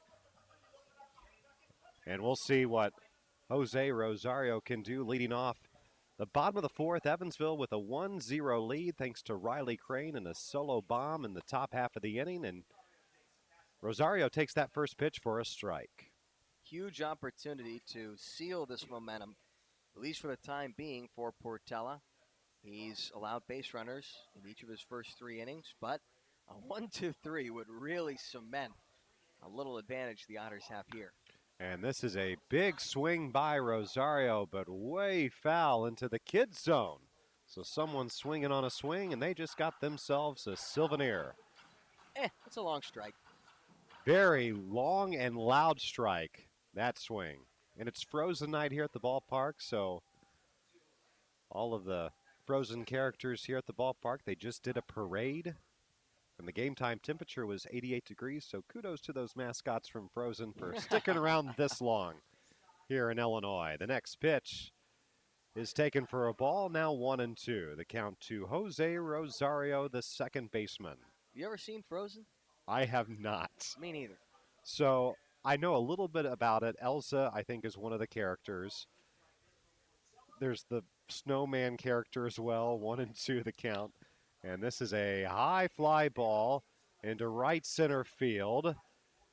Miles Gordon camps under it and makes the catch for out number 1. I know a lot about Frozen just because when the Otters host the Kids Day and the Education Day games, you have to play kid-themed music because the 2,000 or 3,000 people at the ballpark, you want to appease them. And so I know Frozen for the young kids. As a 31-year-old, I can say that the young kids, I know Frozen's still very popular. Something about letting it go. Right. Let it go. Yeah, we have Elsa, Anna, Olaf. Olaf is the snowman character, and there he is right there down to our left. And here's another high fly ball to right field. And Owings put a charge into it, but Elijah McNamee making quick work of that, and 2 quick outs here. 2 Zane Clodfelter at-bats. I would have to say that Owings had to hit that kind of on the end of the bat because the trajectory of it looked like it was going to be almost a no-doubter. It falls harmlessly on the warning track, so just must have not been great contact on that one. In steps in the catcher. Jordan Rathbone wears 22 on the back of his jersey, and the first pitch fouled back our way on top of the press box roof here at GCS Ballpark.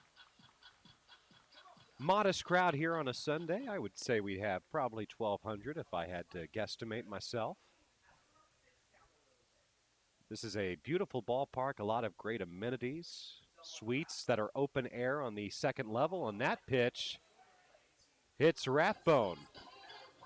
And I don't think he cared for that very much because he quickly turned and threw that bat back towards his dugout there on the third base side. You wonder sometimes, you see a hit by pitch that is so clearly not intentional. You're like, what are you upset about? But, you know, you get hit with a fastball, it still smarts for a moment. So, for a lot of guys, their initial reaction is just, ouch! The accident might last 3 seconds, but the bruise lasts for about 2.5 weeks.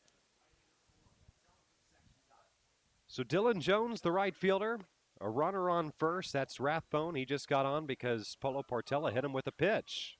And the first pitch to Jones is taken for a ball, 1-0. It's good to be back at GCS Ballpark. I hear Nate Gatter on the broadcast on the Grizzlies Media Network. You have Tom Calhoun, who does a fantastic job doing public address. They've been dealing with some technical difficulties today, but they're handling it like champs. Very impressive. An awesome game presentation here. In the past, I've been here for the greatest night in baseball, which is for them the regular season home finale, and normally a sellout crowd of 6,000 plus. And after the regular season finale, we all get a TP the field, visiting broadcasters included. I've done that a couple of times here. A lot of fun to make a mess and then not have to worry about cleanup because I'm driving back to Evansville. Oh, that's a big part. That next pitch is 2-1 now. 2-1 the count to Jones. Rathbone, the runner at first. You TP'd some houses as a high schooler, right? You know what? I never saw the appeal. It felt like a lot of work for very little reward. Statute of limitations on my side, plus a base hit now to right field for Dylan Jones. As now 2 runners are on. Rathbone moves into scoring position at second. I did all my shenanigans prior to turning 18, so protected by the law there. And statute of limitations, that was over a decade ago. I just like going to Walmart and you would buy a whole bunch of toilet paper, you and your friends, and the people at Walmart, they knew what you were doing, and they'd give you the smile, the wave, and the nod, and just, they would always tell us, throw away the receipt. Because if the receipt is found, they come back to us, then we have to show them the footage, right? But at the greatest night in baseball here at GCS Ballpark, you're allowed to TP the field and no repercussions. They encourage it. And they provide the toilet paper. You don't even have to bring your own. They wouldn't have been able to do that in the COVID year. Yeah, that is a great point. I forget how dire the situations were as that first pitch to Ty Moore is taken for a ball where you really did. The best part for me, though, is I had gone to the grocery a week before COVID hit and bought a 12 or 16 pack of Charmin Ultra Soft. So I was set for a little bit. So you started it. You started the run. But I was just innocently getting groceries at Schnucks a week before all of this stuff happened. I didn't ask for it. The next pitch is taken again for a ball, this time on the outside part of the plate. I'm glad that is all in the rearview mirror. I missed Frontier League Baseball in 2020. I think everybody who has worked in this league for 1 year or for 10 years like me, they all miss this. And I miss the drive west on 64 coming here, seeing familiar friends. Polo Portela has the sign he wants from Phillips, and now he pitches in a swing and a miss, and Ty Moore lost his bat, so he needs more stickum. I don't know if it was bat or baseball that got a piece of Dakota Phillips there behind home, but he's going to take a moment to walk it off, but it might have actually been Mike Weinstein as well, who's now down the third base line. Yeah, the Gateway Grizzlies trainer. And I like that they are playing because I'm happy, as they're asking the home plate umpire if he is okay after being nailed by a foul ball. I would not be so happy. And probably not thrilled. Jeff Manzo, the athletic trainer for the Gateway Grizzlies, he's content on what our home plate umpire Mike Weinstein had to say. And so now 2 balls and 1 strike for Ty Moore, the leadoff batter. There are 2 outs. Runners at first and second. The Otters with a 1-0 lead here in the home half of the 4th, and Polo Portela trying to pitch a clean inning here in the bottom of the 4th after Riley Crane in the top half gave Evansville a 1-0 lead on a solo home run. The 2-1 pitch. Here it is. And it's upstairs, 3-1. So now, Ryan, you don't really want to fall behind in the count like that against a leadoff guy like Ty Moore, especially with the dangerous batters coming up here for Gateway. No, this one almost has to be a strike. I don't know how comfortable you feel with your third or fourth best pitch, the change, but... Do you give him the green light here on 3-1? I probably would. We'll see. The 3-1 pitch, here it is, and he's taking, and it's a get-me-over strike. And that was a big break there. I thought, from my perspective here, a little bit inside, but in baseball, Ryan, today, if you're anywhere near the plate on a 3-1 pitch, good chance you'll get a little bit of a break. So now the count runs through full, 3-2, 2 outs, 2 on. Otters on top 1-0 here in the 4th. The pitch from Portela, and it's off the fist and to the shortstop. Camping under it and making the catch, Andy DeJesus. The Otters strand 2, and they have the lead through 4, 1-0 at GCS Ballpark on the Otters Digital Network on YouTube Live TV. Fix up your home with Heritage. Our home improvement financing options can help you change your home now and pay for it over time. Upgrade your home. Make home repairs. Remodel a kitchen. Build a new deck. Add a new room. Remodel your bath. Update appliances. Whether it's a small weekend project or a large renovation, Heritage Federal Credit Union can help you finance your improvements today. Fix up your home with Heritage.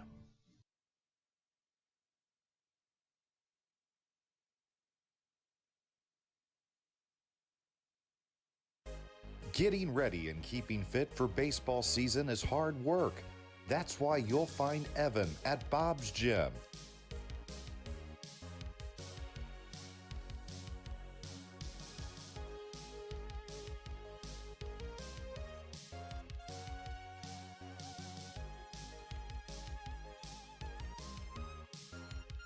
Getting fit, having fun, being an Otter. Be like Evan. Try a free 3-day pass at Bob's.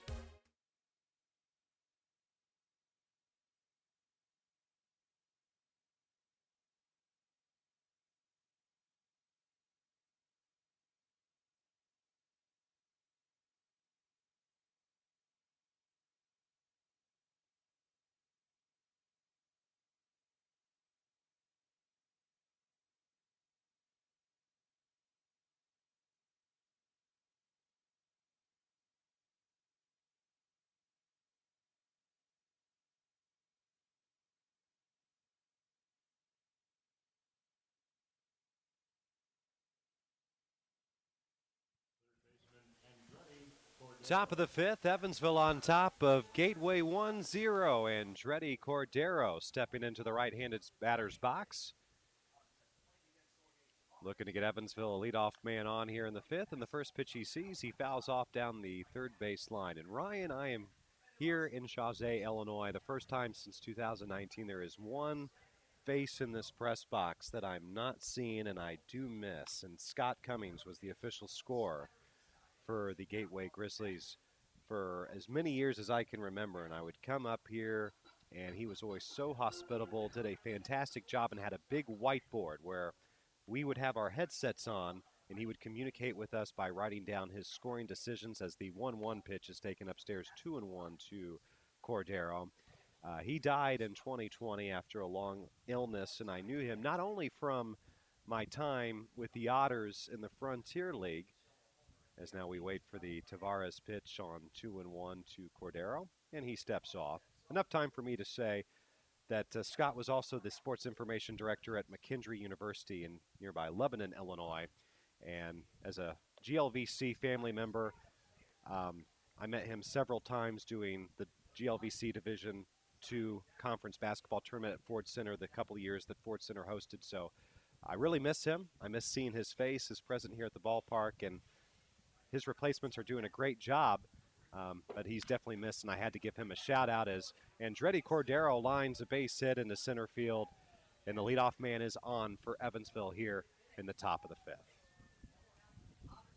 He would sit just to my right here where Alex is sitting, and true pro and professional and official scoring in this league, Ryan, it's very hard. But Scott did it with a smile and was able to appease both sides, which, take my word for it, very hard to do. But I'm thinking about him today, and I thought about him on the drive over, and I'll think about him on the drive back. The pitch to Andrew Penner was in there for a strike on the inside corner.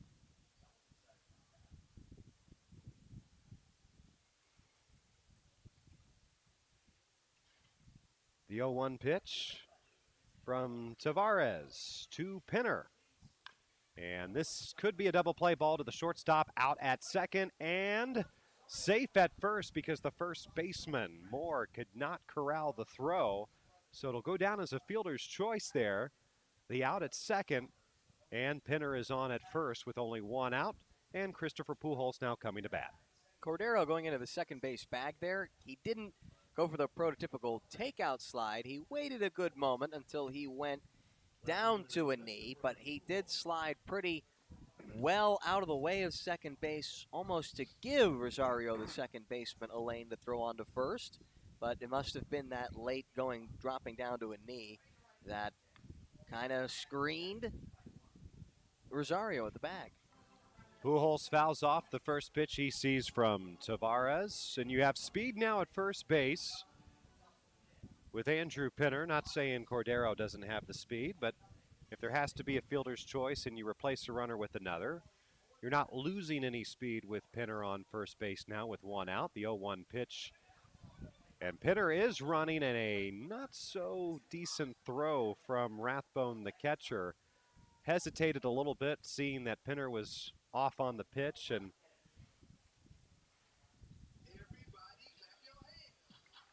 what do we have, a great read by Andrew Penner there on the pitch that was headed down toward the turf. Don't know if they'll score a wild pitch. Yeah, that's a tough call. I'd want to see the replay.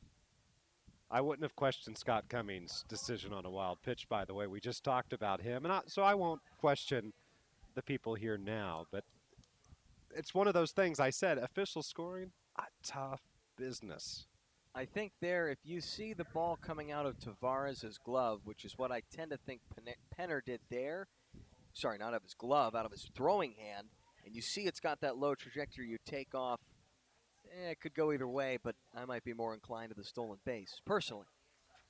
I'm fine with a wild pitch. Is that bad to play devil's advocate in that situation? No, not at all. Not at all.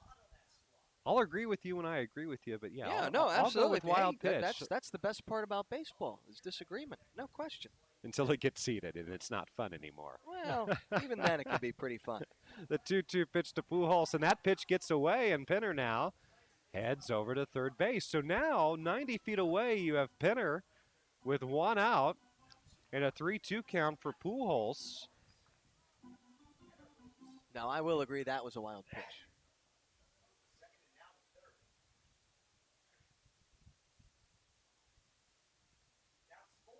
Three-two count to Christopher Pujols, the left fielder today. Typically, we see him on the infield when he plays for Evansville, but in the outfield today instead. The 3-2 pitch, and this is to the shortstop, looking the runner back at third, and a nice play there by Abdiel Diaz throwing on to Moore.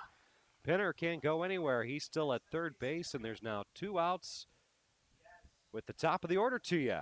And center fielder Miles Gordon coming up to bat. Infield drawn in, able to make that pick to his left as Abdiel Diaz. Picture perfect play for bringing the infield in. Doesn't go the way of the Otters. First pitch, a low fastball to Gordon, and he works ahead in the count 1-0. A big run there in a 1-0 game in the fifth inning for Evansville. Penner is at third base. He reached on a fielder's choice, advanced to second on a pass ball, and now he's at third base with two outs. The pitch from Tavares. In the turf, 2-0. I've always wondered why on turf fields, infields, and infielders, that is, why do they play in just like they're playing on grass? I've not understood that yet. Especially with how the ball kind of can bounce off of that field turf. Exactly. It's a little bit faster. You want to give yourself more leeway room. I see you, Ryan. The 2-0 pitch, and that does get away, and here comes Andrew Penner. He will score. He gets on with the fielder's choice, and some wild pitches and pass balls from Gateway allows him to eventually cross home, and it's now 2-0 Evansville here in the top of the fifth. Little wildness coming back to bite the Grizzlies. Rathbone getting the start behind home plate tonight. Andres Regno, the prototypical catcher. You ask any backstop, and on any low pitch, they want to block it. Swing and a miss, and the green light there for Miles Gordon on the 3-0 pitch. And with nobody on base now swinging for the fences, 3-1, do you give him the green light again? If you gave it 3-0, I would 3-1. Why not?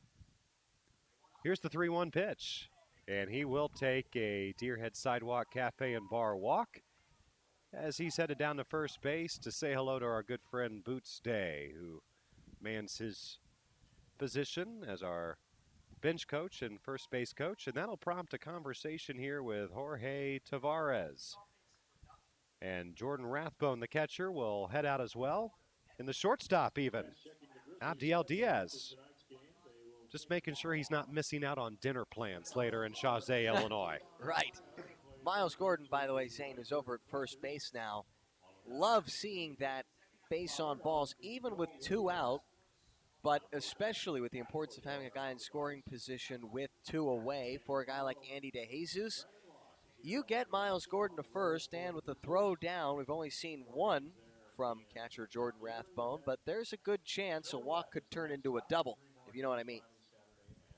And with two outs and already getting a run here, do you try to get aggressive if you're Andy McCauley and managing from the third base box and try to get him to steal with a guy like Andy DeJesus, who has the ability to drive him in with a base hit? I especially like it with the left-handed batter, too.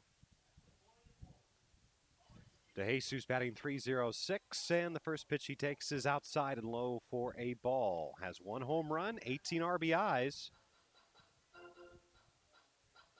Tavares,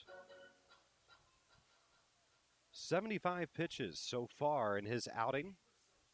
43, 4 strikes. The next pitch from Tavares. That is in there, a called strike, and a perfectly placed pitch there by Tavares to even the count at 1-1. Also, going back to that question, if you leave first base open, you are not going to try to work around Andy DeJesus with Elijah McNamee waiting on deck. That's a very good point. Sometimes with this Otters lineup, you have to pick your own poison. And that goes into it. You always say, do you want to manage a baseball team? I do not, because there are so many things and options for every at-bat and every batter. Tavares, the 1-1 pitch, he deals, and a big swing and a miss as Andy DeJesus went for something way up in the zone and just too early with it. Well, here's another point to take a look at is what is quite possibly on here is the idea of the green light to steal. You're not telling Miles Gordon that he has to go on any specific pitch for second, but you could always say, hey, if you feel like you can get a pretty good jump, it's up to you. The 1-2 pitch, 2 outs, on its way, and a swing and a miss. Tavares gets the strikeout. But Evansville, with Andrew Penner scoring on the ball, getting away, we're going to the home half of the fifth. Otters on top 2-0 at GCS Ballpark on the Otters Digital Network and YouTube Live TV. CenterPoint Energy's newest generation of safe, efficient energy includes capturing and harnessing the natural power of pure sunshine. We are increasing solar in our balanced and reliable energy mix as we power our region with more clean, renewable energy. We're bringing a little piece of the sun to every home and business while reducing carbon emissions and helping create a cleaner environment. It's just a little something for your smart energy future.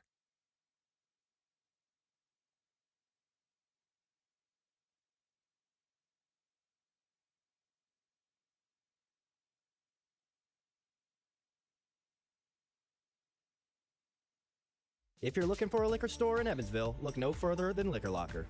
The Liquor Locker has the best selection at the best prices, including the largest craft beer and bourbon selection in the area. Our friendly and knowledgeable staff will help you find the beer, wine, and liquor you need for any occasion. And check out the fine selection of cigars at all Liquor Locker stores. Liquor Locker is now open Sundays 12 to 8 p.m. and offers citywide delivery. Visit one of our 10 conveniently located stores in the Evansville area today. There is always something for everyone at the Liquor Locker.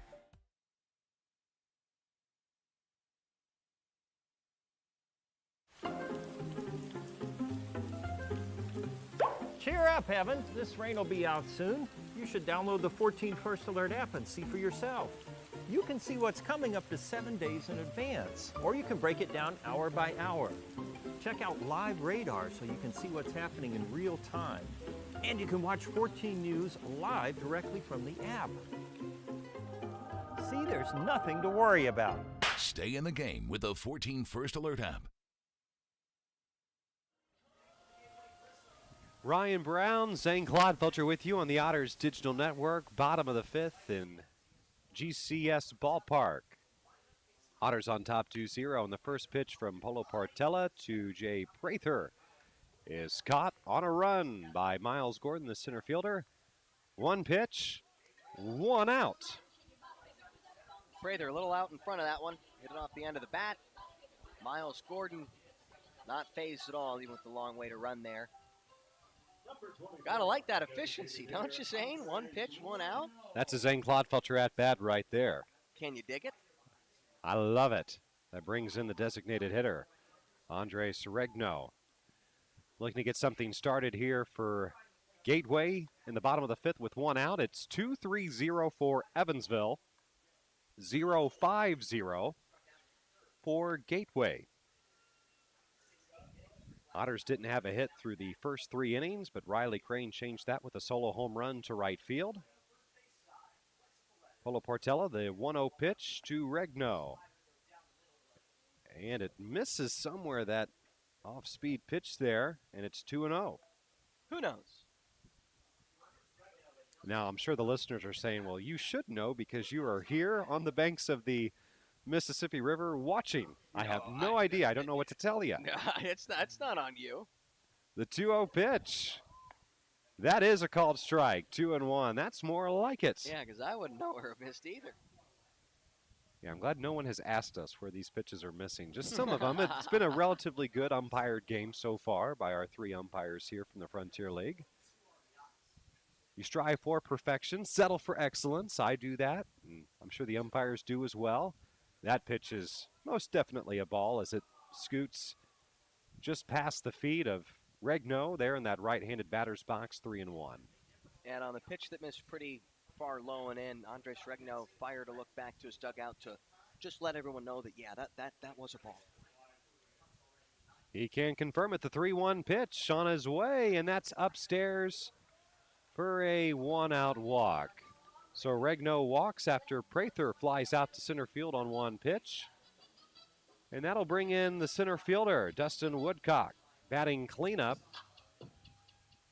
And so you notice Polo Portillo works really quickly when there's no base runners, but now that you have Andres Regno there at first base, I'm sure we'll get a couple of looks, a couple of throwovers, and see how much focus Polo Portillo is wanting to put on that runner here with a big bat and Dustin Woodcock in that left-handed batter's box. How about a fastball in on the hands that he can't do anything but fight off toward third? And that'd be great because a double play here would get Polo Portella through 5. That first pitch, though, is upstairs for a ball. Tin can. Kind of like a tin cup. The 1-0 pitch. Portella getting the sign from Phillips. Looks over to first and appears to have the sign that he wants. Here's the delivery, and it's in there, a called strike on the outside corner of the plate. For Polo Portella, if he can get that call from the home plate umpire, that'll go very far in him having a successful night for the Evansville Otters. Very far. He has a 2-0 lead here in the bottom of the 5th. The 1-1 count with 1 out, a runner at first. Here it is, and it's a ground ball, and it gets past Riley Crane. And so now with that base hit, 2 runners are on. So they are giving the base hit there on the scoring decision to Woodcock. Riley Crane looked like he perhaps had a play, just couldn't get a glove on it. And now you have 2 on with an out. The benefits of lefty batters. You don't ever see that for a right-handed hitter. I'd love to see that normalized. Try to figure out a way how many batting average points are raised just by those little squibbers through when you got a guy at first base. That's never the option for a right-handed hitter. Just because you got a guy on third, no one's ever holding him on to give you a big hole.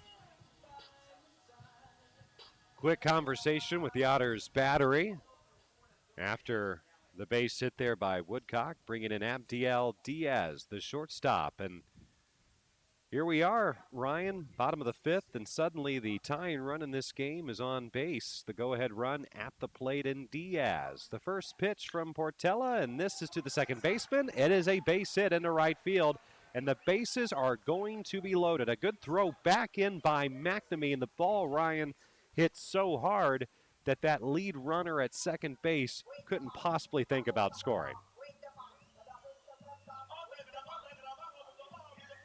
So Diaz improving that .250 batting average, and now the bases are juiced for Jose Rosario. Rosario stepping in. He is 1 for 2 today.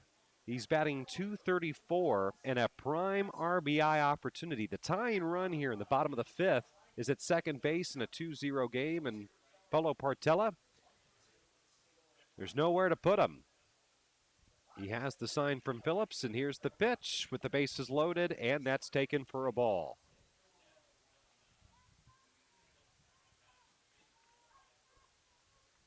Big part of this game where the Grizzlies have had 2 base hits in this inning.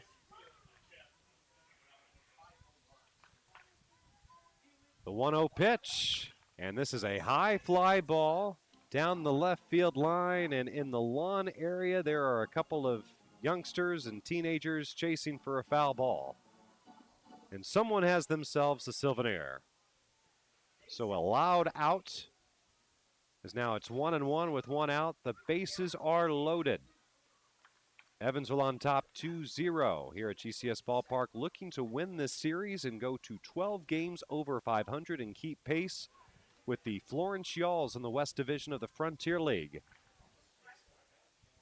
The 1-1 pitch inside, and it just misses.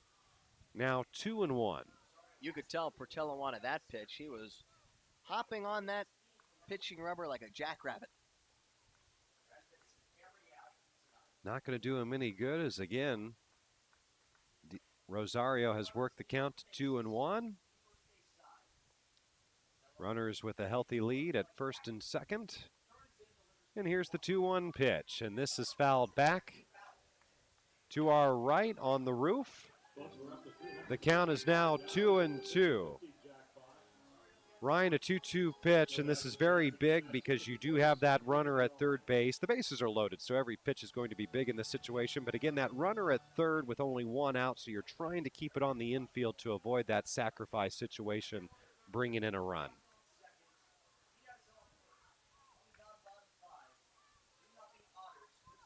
Looking to keep whatever you throw here down. Keep it down. Minimalize mistakes, and that pitch is going to be perhaps trouble, and it is. It's going to get down and go to the wall, and all three runs are going to score on a double. And getting back is Rosario, so he doubles and then is thrown out by Phillips as he took too wide of a turn at second, but still the damage has been done. A bases clearing double, but then he is tagged out trying to get back to second on a great throw there by Dakota Phillips. Well, the pitch was where you wanted it. It was a fastball low, right around the knees, but probably caught a little too much middle. Able to just go down, golf it, line it into the left center field gap. Now the problem, though, for Rosario is getting thrown out on that play. That's a big escape valve for Portela. Now just one out away from getting out of the fifth. I know, just imagine if there was just one out there with that runner in scoring position, and now you have Connor Owings, who nearly hit a home run to the right field short porch in his previous at-bat. And good for Jose Rosario if you're a Gateway Grizzlies fan, for whatever reason listening to our broadcast. He did hit it into the deepest part of this ballpark there. Tough ground to carry and cover if you're Miles Gordon in center field, and Christopher Pujols left as the count now evens at 1-1. We try to be impartial. That's the goal. Somewhat. Some do. It depends on the city that I'm broadcasting in. The 1-1 pitch, and this is a high fly ball. Miles Gordon, he's going back a ways, and on the warning track, he makes the catch for out number 2. Out number 3, I should say. Innocently enough, I thought that was an easy play, but man, that almost left the yard in the worst possible spot. But Evansville, a 2-0 lead, is now a 3-2 deficit. We're going to the 6th on the Otters Digital Network on YouTube Live TV.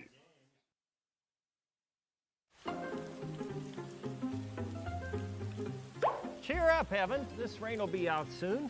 You should download the 14 First Alert app and see for yourself. You can see what's coming up to 7 days in advance, or you can break it down hour by hour. Check out live radar so you can see what's happening in real time. And you can watch 14 News live directly from the app. See, there's nothing to worry about. Stay in the game with the 14 First Alert app.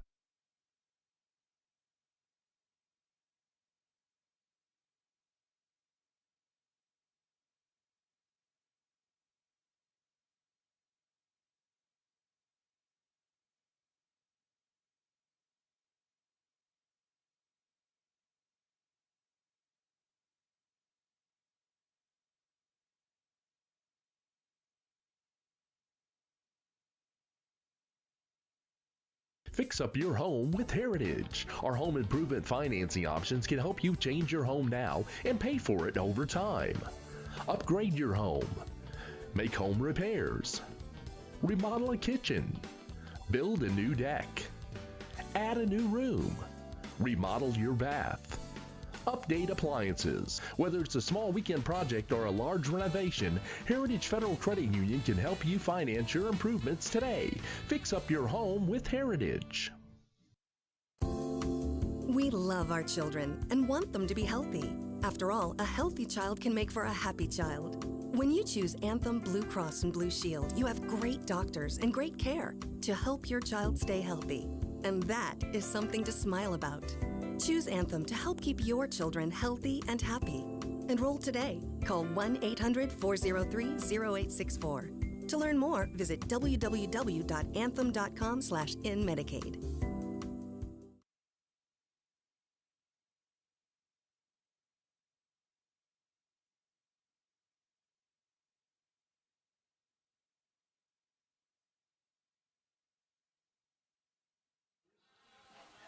Heading to the sixth, Zane Clodfelter here with Ryan Brown on the Otters Digital Network. And Gateway, a call to the bullpen.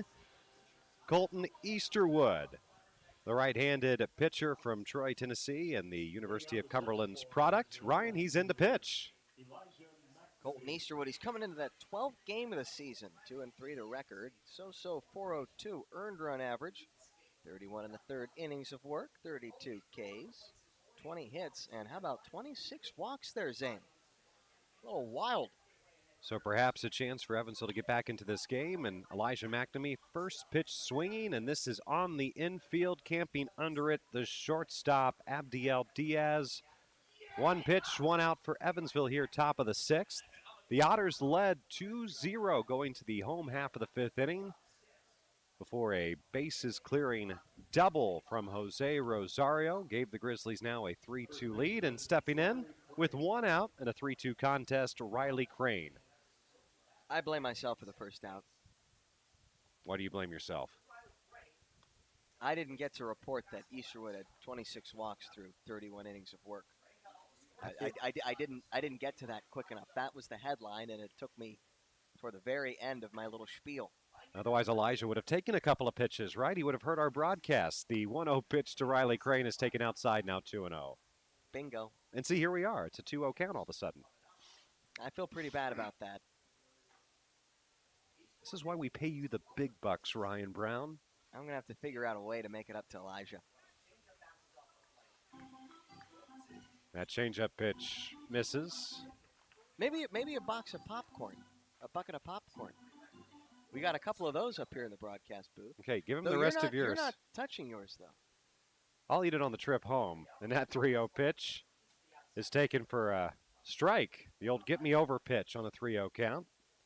Crane taking all the way. It takes a lot for an umpire to issue a 4-pitch bases on balls. Same for it takes a lot for an umpire to ring up a batter on 3 pitches, 3 strikes. You don't see it that much anymore, do you? All levels of baseball. Not often.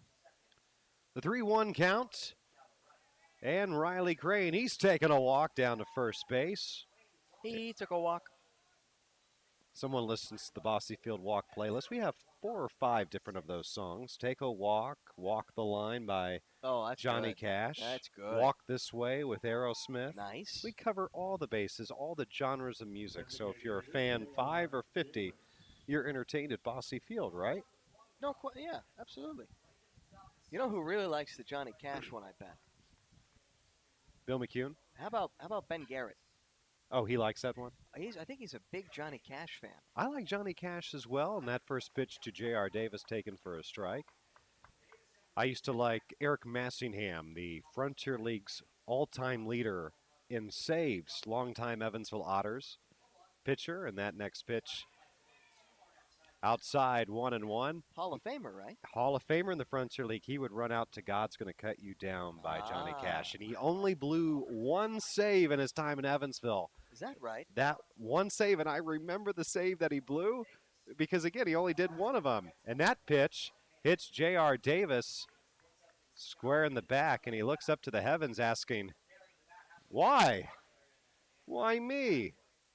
There are so many less painful ways to reach first. Why that way? See, when I played youth baseball, I had to get hit by a pitch just to reach base. J.R. Davis is good enough. He doesn't have to kind of settle that low like I did as a youth. He can get on base with a base hit. Now we have a conversation here with Colton Easterwood out of the pen. And right now, Jorge Tavares is on the upside of this decision. He went the 5, and his offense gave him a 3-run fifth. So if the Grizzlies maintain this lead and don't surrender it at all, he's getting a win. So if you're Mr. Easterwood, maybe a little bit of pressure, you're looking over to the third base dugout and seeing the starting pitcher who just went 5 innings and in line for the win. You don't want to let him down, right? And especially you don't want to get accused of trying to vulture a victory.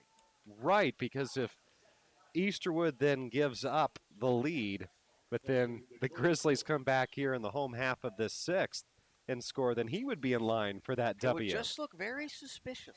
John Gann of the St. Louis Cardinals made a living on that a couple of years ago, where he was out of the bullpen but had a 7-0 record, and that pitch to Dakota Phillips swung on and miss, 0-1. And a lot of people are saying, okay, the win-loss record for pitchers really doesn't matter that much anymore, and it's for reasons like you just mentioned why people don't really necessarily pay attention to the win-loss. It's more of that ERA. The 0-1 pitch to Phillips, and this is lined to center field, and it's a base hit. And now the Otters have loaded the bases here with 1 out as Dakota Phillips doing some work. And I thought for a quick second Dustin Woodcock in center field had a beat on that ball, but really died there last minute in the outfield, allowing Dakota Phillips to reach. Woodcock did a nice little deke move out there, I think, too, Zane, trying to make it look like he had a read on the baseball, keeping Riley Crane only at third now on the base hit that I wonder if Dakota Phillips' bat might have died a hero there. Might have been a broken bat single for him. And there goes some more lumber then. Get your lumber at Niehaus Lumber in Evansville. First pitch taken to Andretti Cordero, 0-1. So Crane is on third. He reached via a walk. The next pitch is taken for a ball, 1-1. J.R. Davis is on second. He reached after getting hit by a pitch right square in the back. And then Dakota Phillips just singled to center. That's how the Otters have the bases loaded here in the top of the 6th. Down a run at 3-2. The pitch, and Andretti Cordero fouls this one up in foul territory on the first base side, and the first baseman makes the catch in foul territory. A nice job there by Ty Moore, and that is an extremely big out for Gateway. And the pressure now goes to Andrew Penner, the second baseman. Bases are still loaded. 2 outs, but a 3-2 contest. Easter with that big, tall right-hander, keeping the fastball up in the zone. Appetizing pitch with the bases loaded. Able to get Cordero to swing underneath it. Here's the first pitch to Penner, and it's in there for a called strike. The last time Penner got on base, he scored. Had to get a little creative to do that, grounding into a fielder's choice and then scoring on the craziness of the starting pitcher for Gateway. The next pitch he takes, again, a strike, 0-2, and now if you're Colton Easterwood, this is what you want. You had bases loaded with 1 out, and he is 1 strike away from getting out of trouble and straining the bases loaded. He has the sign he wants. Here's the delivery, and this is a high fly ball to left field. The left fielder, Connor Owings, makes the catch, and the Otters can't do anything with the bases loaded and 1 out. We're going to the home half of the 6th at GCS Ballpark. The Grizzlies on top of Evansville, 3-2 on the Otters Digital Network on YouTube Live TV. You live by what's right. It's part of who you are and what drives you to always do more, to give more. At Old National, we get it. We're the bank built on integrity and community. The bank named a world's most ethical company for the last 10 years. The bank that focuses on your financial goals every day. Because your success is everything. And that's why we're here. You live by what's right. And at Old National, we bank by it. Find us at oldnational.com/locations. Member FDIC.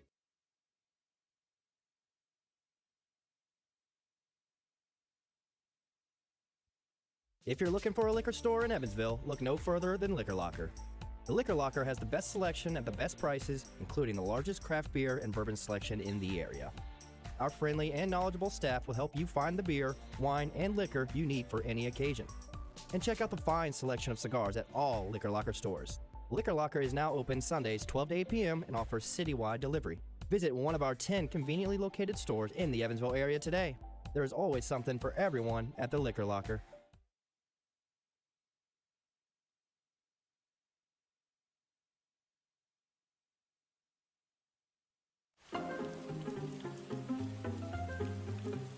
Cheer up, Evan. This rain will be out soon. You should download the 14 First Alert app and see for yourself. You can see what's coming up to 7 days in advance, or you can break it down hour by hour. Check out live radar so you can see what's happening in real time. And you can watch 14 News live directly from the app. See, there's nothing to worry about. Stay in the game with the 14 First Alert app.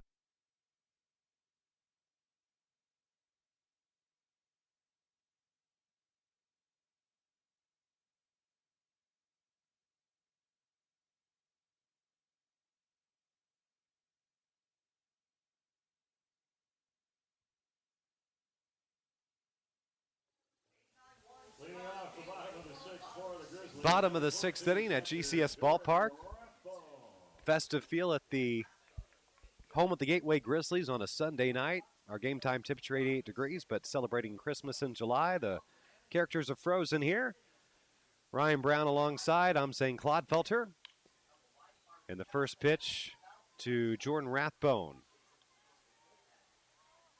From Polo Portella, the starter still in for the Otters. Fouled down the third base line. You want a silly little observation that doesn't mean anything? Yes, please. I live for those. I think that's Jorge Tavares out in the Grizzlies bullpen.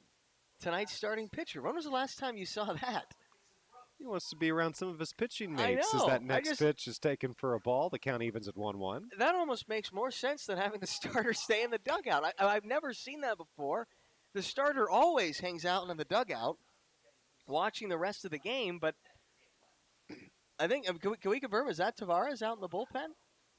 Yeah. The next pitch taken low for a ball 2-1, and perhaps some of the bullpen guys are maybe asking Tavares, hey, what did you see in terms of aggressiveness and approach from the Otters' offensive players? And perhaps Tavares can pass along some knowledgeable information to his teammates. The 2-1 pitch, Portella to Rathbone, and he fouls that back. And the count evens at 2-2.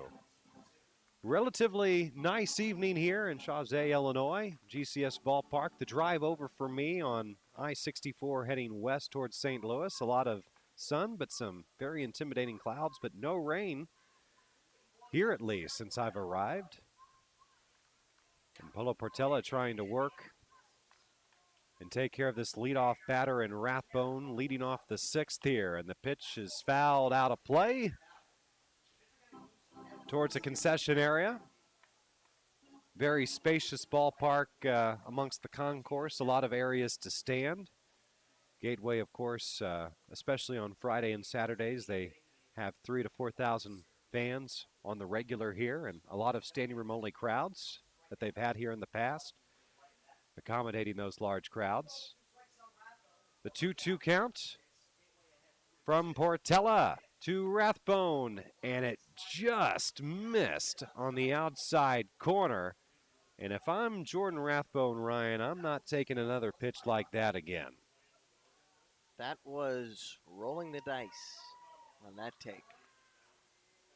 But now he has a 3-2 count, and he awaits that pitch from Polo Portella. On its way to Phillips, and this is line foul into the lawn seating area, and someone did not bring a glove, and they were ducking on that rope.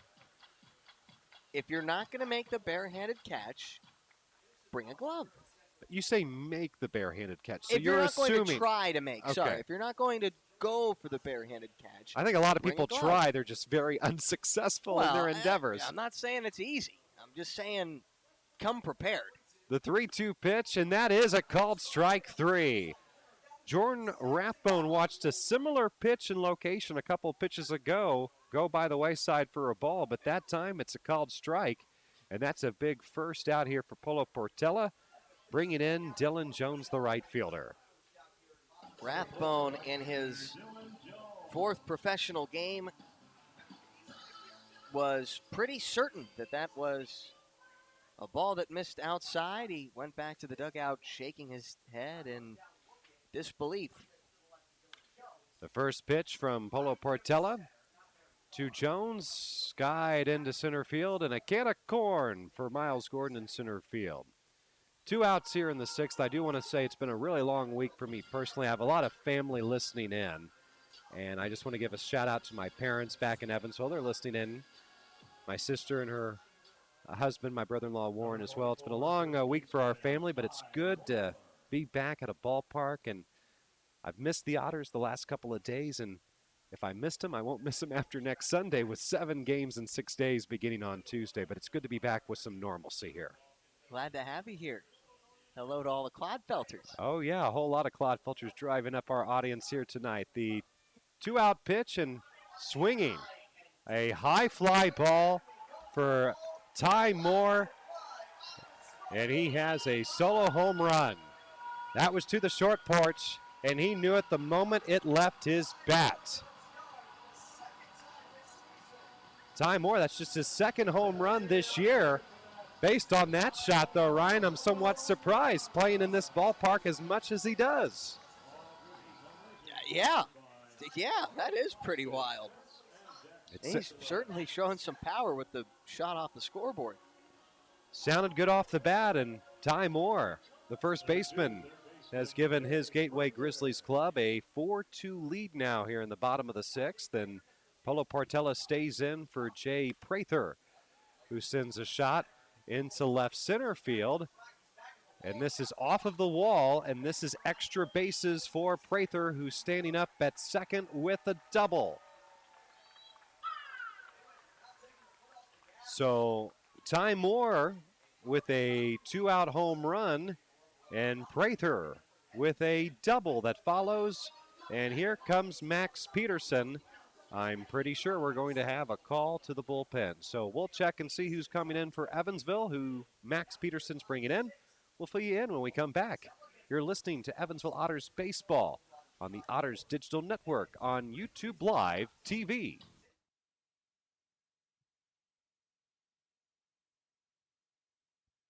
If you're looking for a liquor store in Evansville, look no further than Liquor Locker.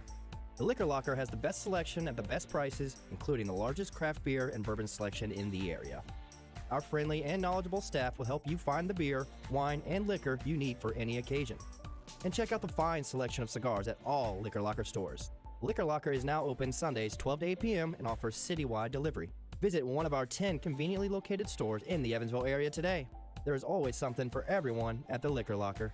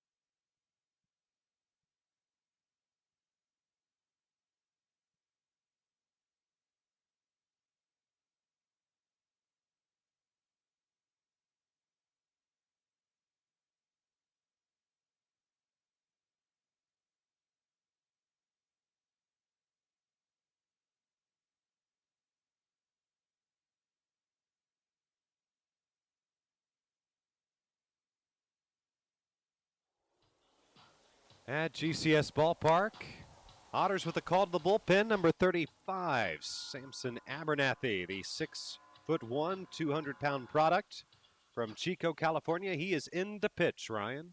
His 18th ball game, 1-0 his record, 4.03 the earned run average for Abernathy. 22 and a third innings of work. He has struck out 25, walked 15, 19 base hits. And he will deal with Andres Regno, the designated hitter, a runner in scoring position for Gateway. The Grizzlies on top here in the home half of the sixth, 4-2. Evansville led 2-0 after the top of the fifth inning. But since then, Gateway's offense has gotten into a rhythm, and they've scored 4 unanswered. That first pitch is taken for a ball to Regno. Lights are on here at the ballpark, but the sun is still visible setting to our west. So not making a complete impact yet, the lights. The 1-0 pitch inside. And Regno steps out of the batter's box and adjusts the batting gloves. It's 2-0. You've got a base open, but Dustin Woodcock, he is 2 for 3 tonight. A couple of base hits. So it would be nice if you're the Otters to keep Woodcock batting as the leadoff man in the 7th without a runner in scoring position, already trailing the Grizzlies 4-2 here in the 6th. The pitch on 2-0. And again, pitching him inside, the Otters are. And Abernathy, it's 3-0, and you have a runner in scoring position. You have a talented batter in Woodcock who's already having a good day at the plate on deck. Green light here?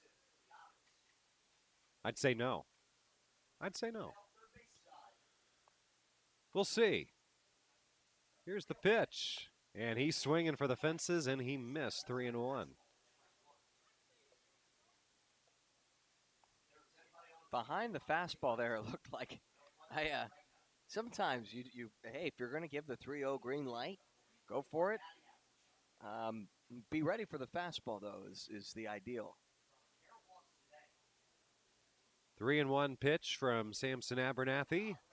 On its way, and it's low for a ball, and so now 2 runners on, and Dustin Woodcock, the center fielder, who already has 2 base hits today, he is going to bat here in the 6th with a runner in scoring position.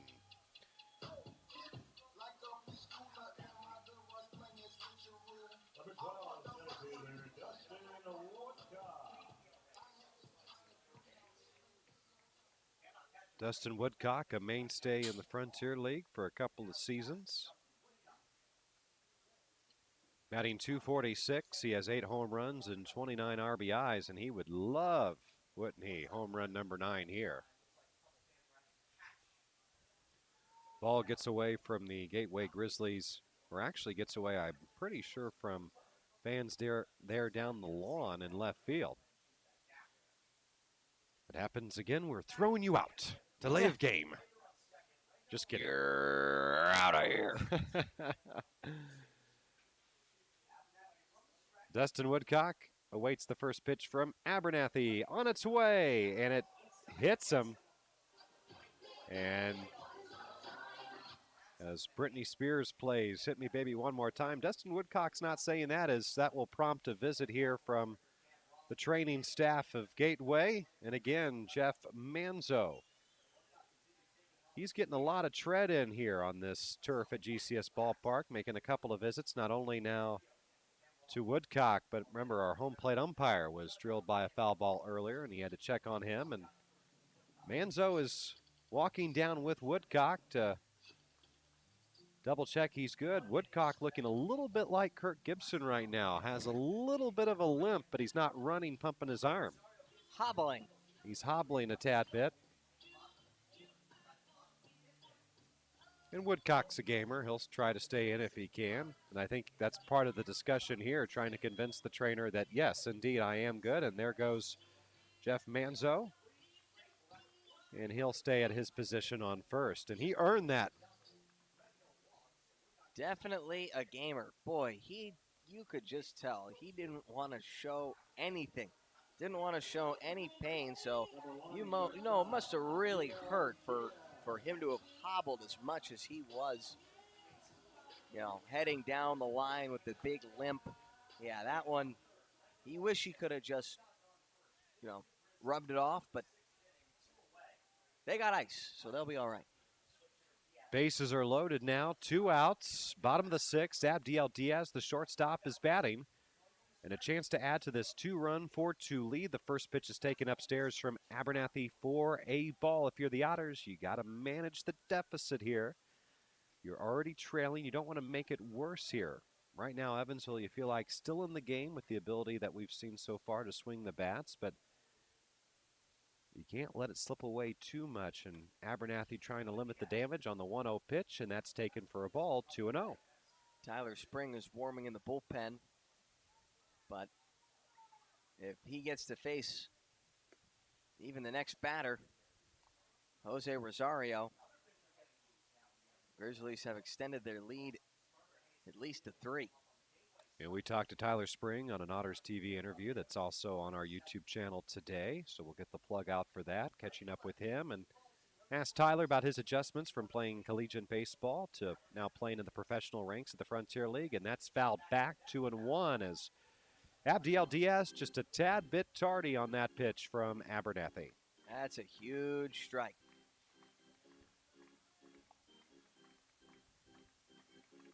Abernathy probably thinks that slider of his might be his best pitch, his go-to. So you'll have to see what they throw in a prototypical fastball count, 2-1. The 2-1 pitch upcoming from Abernathy to Diaz on its way. And I honestly, Ryan, I wish the fans could see. I don't know where that pitch missed. It must have missed somewhere because the home plate umpire is a lot closer to that strike zone than we are at our perch at GCS Ballpark. But, man. You could tell Abernathy wanted it. I wanted it. The concession workers at GCS Ballpark wanted it. The 3-1 pitch from Abernathy on its way, and this is a chopper to the shortstop, and unassisted, a nice play there by Andy DeJesus. The Grizzlies strand. The base is loaded, but they have a 4-2 lead. We're going to the 7th. Ryan Brown back with more play-by-play after this on the Otters Digital Network on YouTube Live TV. We love our children and want them to be healthy. After all, a healthy child can make for a happy child. When you choose Anthem Blue Cross and Blue Shield, you have great doctors and great care to help your child stay healthy. And that is something to smile about. Choose Anthem to help keep your children healthy and happy.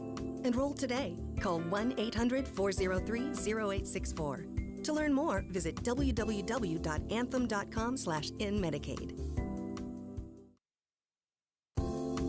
We love our children and want them to be healthy. After all, a healthy child can make for a happy child. When you choose Anthem Blue Cross and Blue Shield, you have great doctors and great care to help your child stay healthy. And that is something to smile about. Choose Anthem to help keep your children healthy and happy.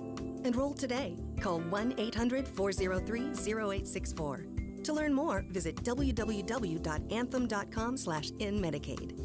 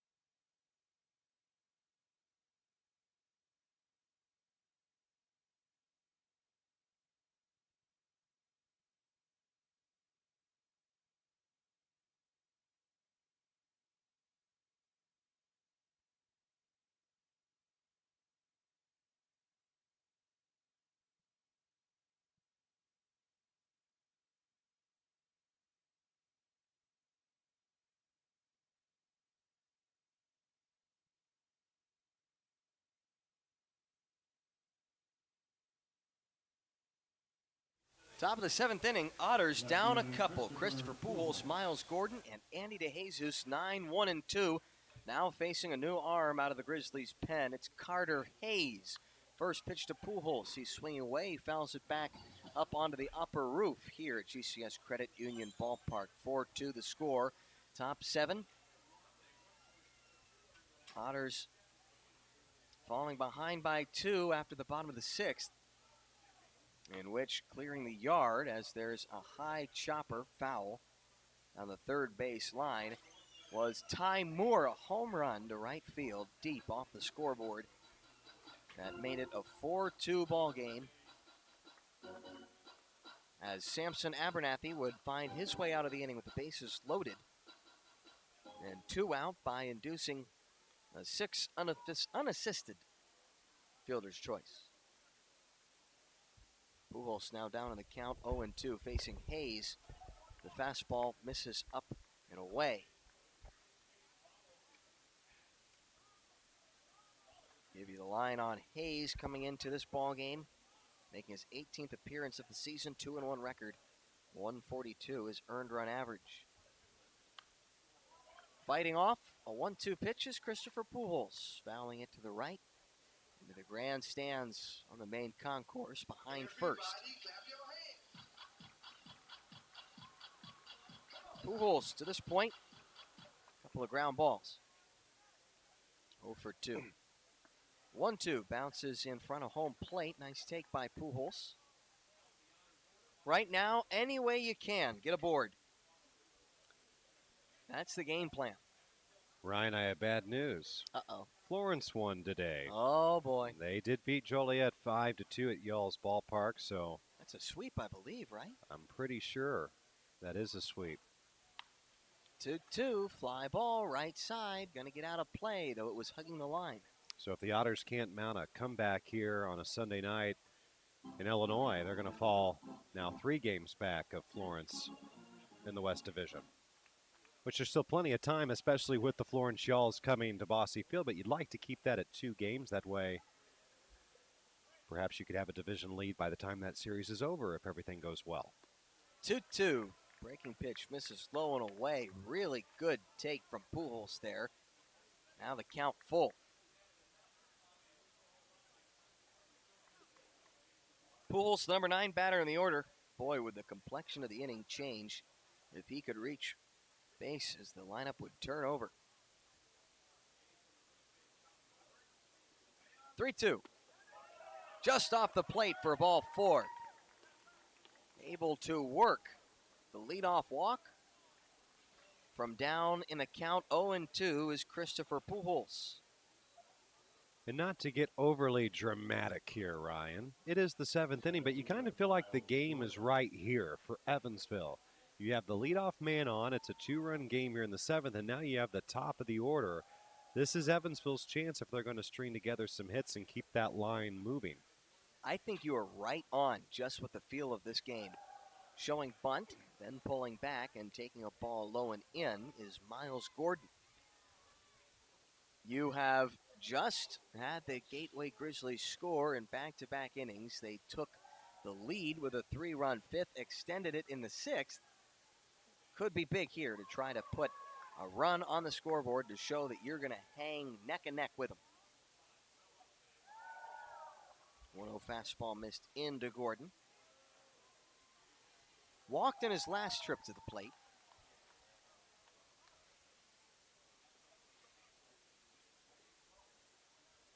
The 2-0, likewise, missing in to Gordon. And back-to-back walks would be even more appetizing. Especially when you have DeJesus, McNamee, Crane, Davis, Phillips. Should I go on? All the stars. 3-0, inside part of the plate for a strike, 3-1.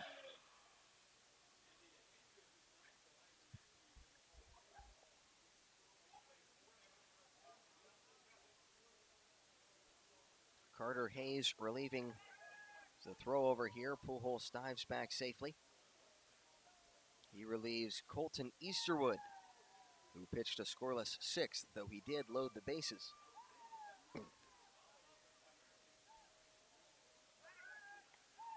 Another throw over. Pujols once more. Dives back.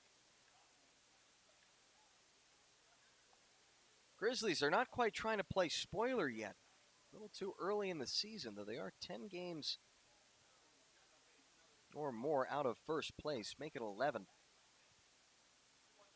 The 3-1, the runner goes. It's ripped foul of first out toward the Otters bullpen.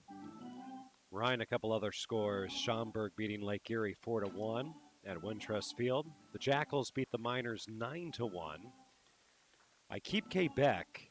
They beat Tri-City 6-2, and that is an interesting division because Tri-City had such the bad start, and now they're in first place or entered the weekend in first place, and that division winner might finish the year under 500.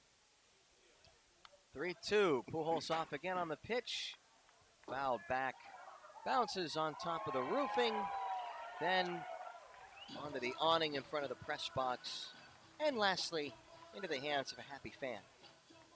Couple more for you. Southern Illinois did beat Windy City at Ritwan Park 8-2, and there's a game in progress.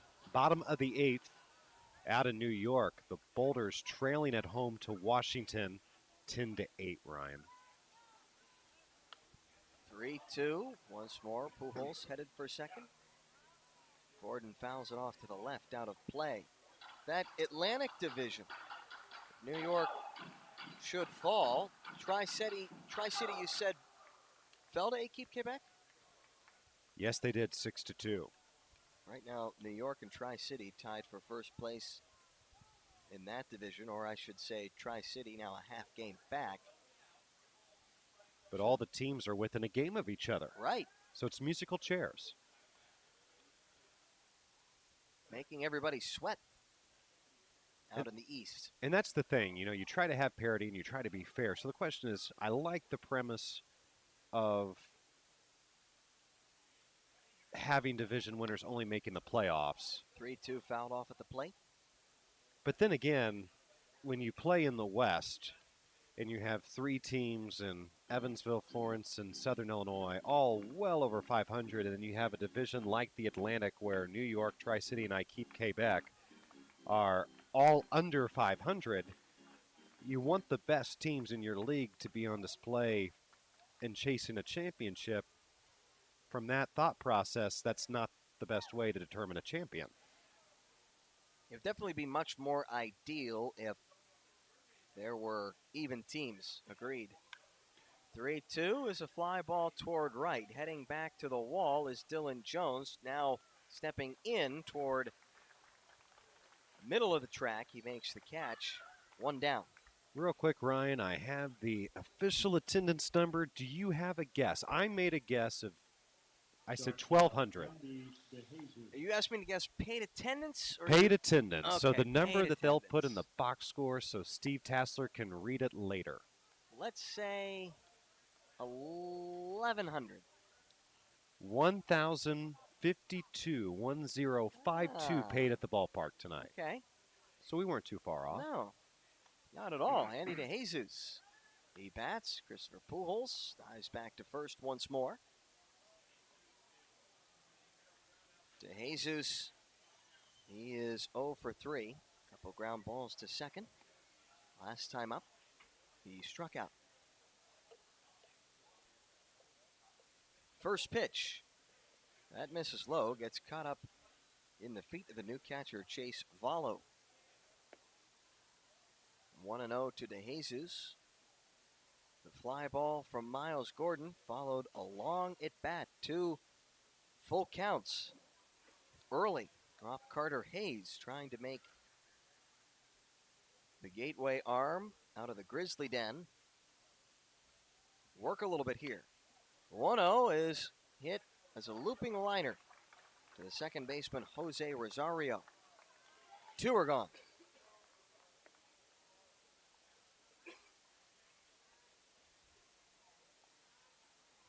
Elijah McNamee.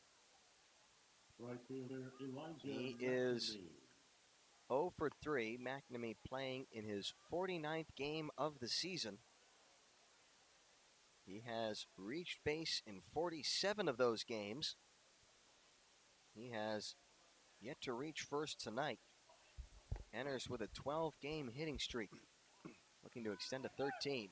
The runner goes, the pitch misses low, and the ball bobbled out of the glove by Chase Follow. It's a stolen base for Christopher Pujols. And I'd be remiss, Ryan, if I didn't bring up, we do have one front office / intern person here at the ballpark. We have Reese from marketing. She made the trip over to watch the Evansville Otters play, and she's going to have to work the 7 games in 6 days, but she wanted to see a little bonus Otter ball here on Sunday at GCS Ballpark. So good to have Reese here at the ballpark today. The 1-0 misses low and away. Great Otters fan. Of course, everyone involved in that front office, they make it out to these road games, which many of them have, rooting for their Otters. I'm sure Reese rooting for Elijah McNamee here to come up big with Christopher Pujols in scoring position and 2 out. Now the 2-0 misses low. 3-0 on the Otters right fielder, Elijah McNamee. Living and dying with the team, Ryan. That's the way it goes. McNamee facing Hayes. Second time Hayes has faced the Otters this weekend. 2-1. And here's a breaking ball hit through the left side. They're going to wave Pujols around third. Gets caught up a little bit at the bag. The throw from the left fielder is cut off. And the Otters are within 1 on the 2-out base hit by Elijah McNamee. That scores Pujols from second. It's a 4-3 game in the top of the 7th. And Reese is happy because she drove 3 hours to watch the Otters, and they're clawing back into this game. Only down now a run at 4-3, Ryan. Only down a run. To be honest with you, I thought as soon as Pujols had that little stutter step going around third, it was going to be a close play at the plate, but with the throw cut off, we didn't have to worry about that. You had to try it, though. 2 outs, base hit. Had to bring it around. The Otters trying to fight back in this one. Grizzlies aren't the only animal around here that claws. Otters, just like you said, Zane, they're trying to claw back in this one. With those paws that break open shells and all that kind of stuff. Right. Mollusks. I think there are mollusks in rivers, aren't there? There's a lot of things in the Ohio River, I can tell you that much.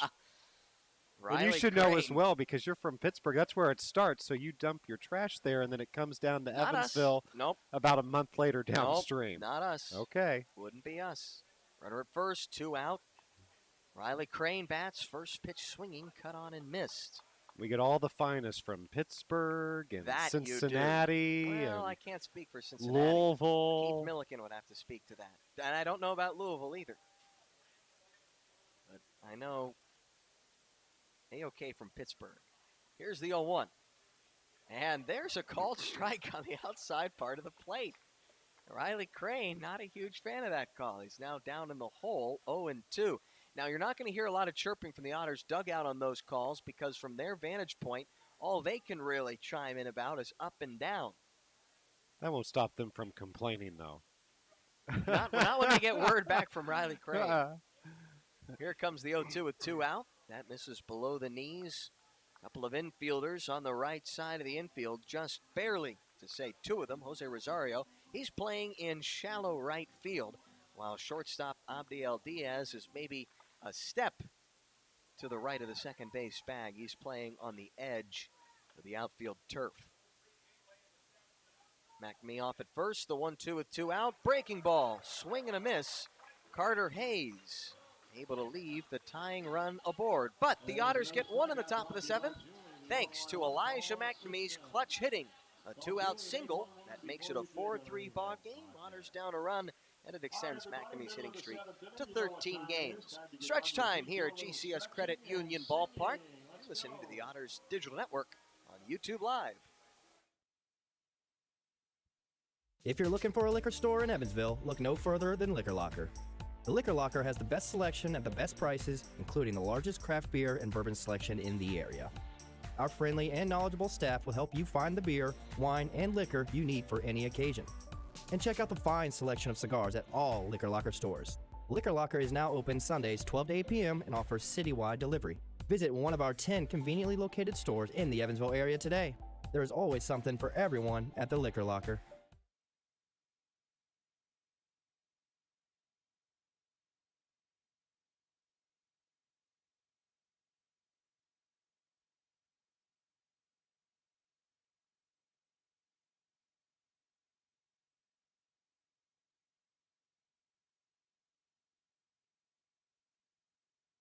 Fix up your home with Heritage. Our home improvement financing options can help you change your home now and pay for it over time. Upgrade your home. Make home repairs. Remodel a kitchen. Build a new deck. Add a new room. Remodel your bath. Update appliances. Whether it's a small weekend project or a large renovation, Heritage Federal Credit Union can help you finance your improvements today. Fix up your home with Heritage. Getting ready and keeping fit for baseball season is hard work. That's why you'll find Evan at Bob's Gym.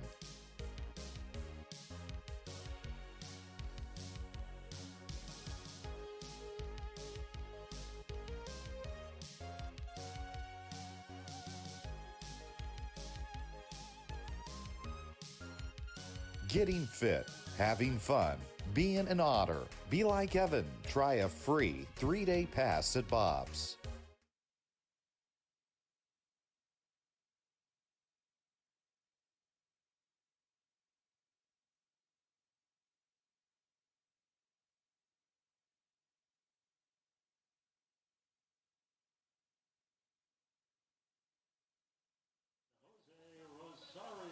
The tall right-hander out of Wiggins, Mississippi, Tyler Spring.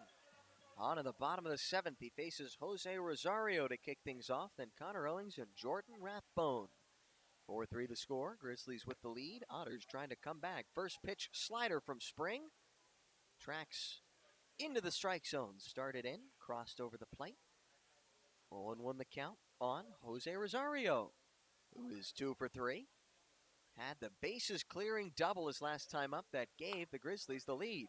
Cue shot towards second. Penner has it. Well fielded. Toss on to first. 1 down.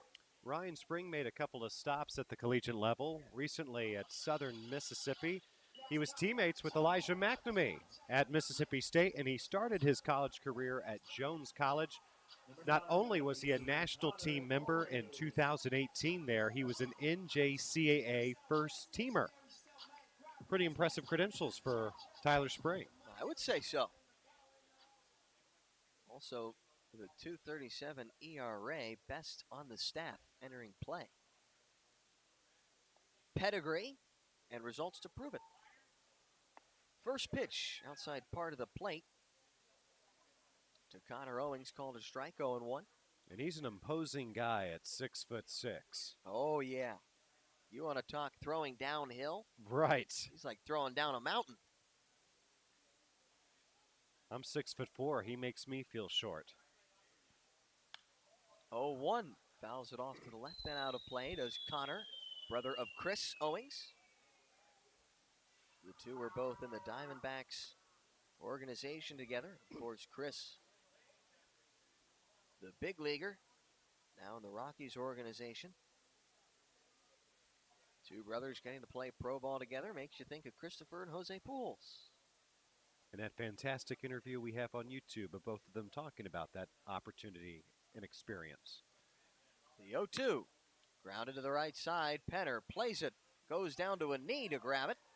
And he tosses on to Crane. Penner ranging deep into the hole on the right side. Moving to his left. Had the ball right around shoe high. Reading that turf hop pretty well. Tossing on to Crane. Now there are 2 gone. And you feel bad for Tyler Spring in 2020. He's still in college. And, of course, the college game, a shortened season. So he actually made 1 start, had 5 appearances, striking out 14 in 10 innings prior to COVID, closing the baseball world down and as a whole, but especially the college game there in March. First pitch to Chase Vallo, misses up, 1-0. The importance of writing things down in your scorecard. Chase Vallo replaced Jordan Rathbone. The 1-0 breaking ball is cut on and missed by sheer luck. Realizing it was 25 at the plate, Chase Vallo replacing Rathbone, who was 1 for 2 with a walk and a single. So an observation for me, Ryan, here that some people can't see and all people can't see. 1-1 upstairs. You are scoring in your fancy book in pen.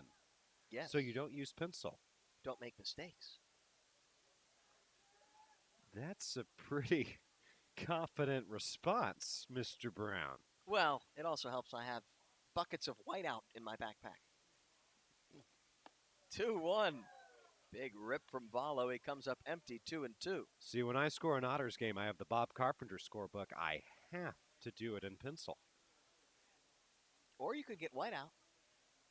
Wouldn't it be cheaper and more cost-effective just to have a pencil with an eraser? Well, the only problem is you wouldn't have the quasi-colored or four-colored pen here, as the 2-2 misses low, which is great for when relievers come into the game, because then it does no good for me. I'm colorblind. We already talked about this in the broadcast. So, yeah, that pen does nothing for me, Ryan. How colorblind are you? Are you like no difference between red and black?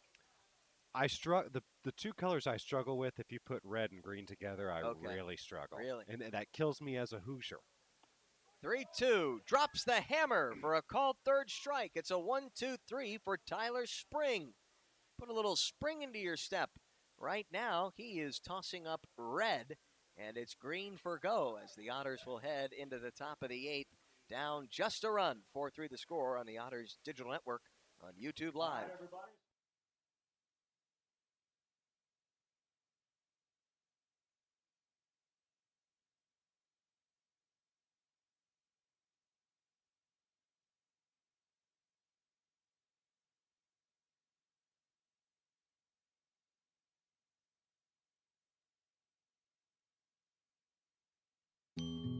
Before you danced the first dance.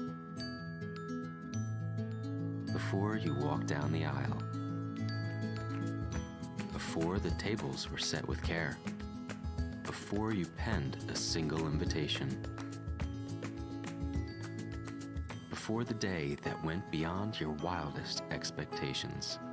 There was the little green box from Brinker's Jewelers for befores and happily ever afters.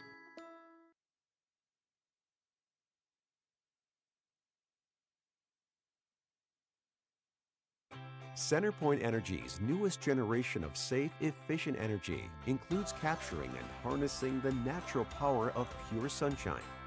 We are increasing solar in our balanced and reliable energy mix as we power our region with more clean, renewable energy. We're bringing a little piece of the sun to every home and business while reducing carbon emissions and helping create a cleaner environment. It's just a little something for your smart energy future.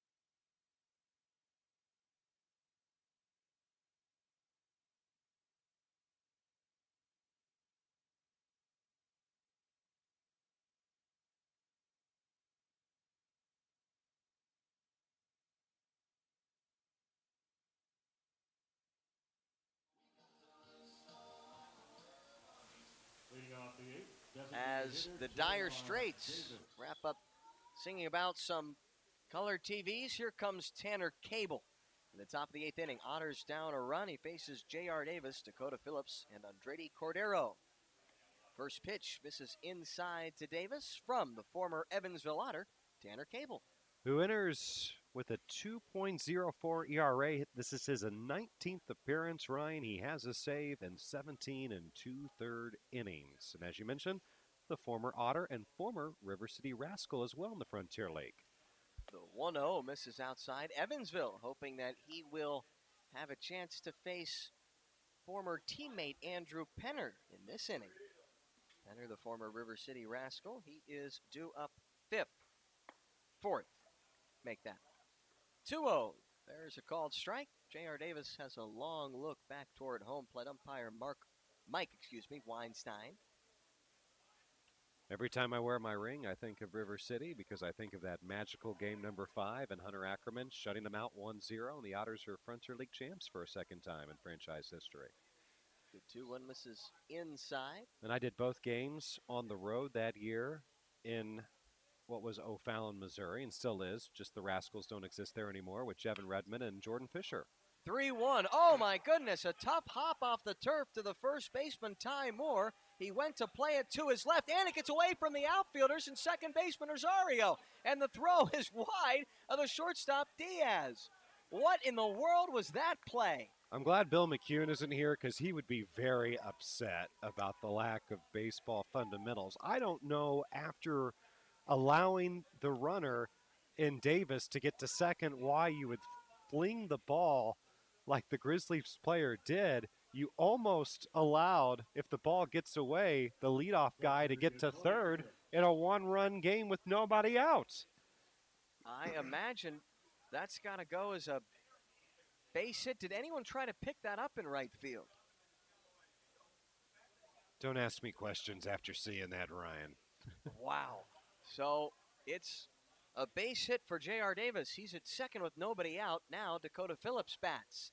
Tying run in scoring position. First pitch misses outside, 1-0. Might have to go to the Frontier League Live TV to take a look at the replay on that one there, Zane. That was something you don't see every day. Anyway, it was the crooked hop for the first baseman, Ty Moore, who went to field it to his left and then bounced off his bare hand attempt when he saw the baseball carom to his right. It's the 1-0 to Phillips, misses outside. Good little plug there for FrontierLeagueTV.com. Yes, where you can tune in on the Otters' home games this week. Listen to Ryan Brown and Bill McCune babble about baseball. The 2-0, fouled back.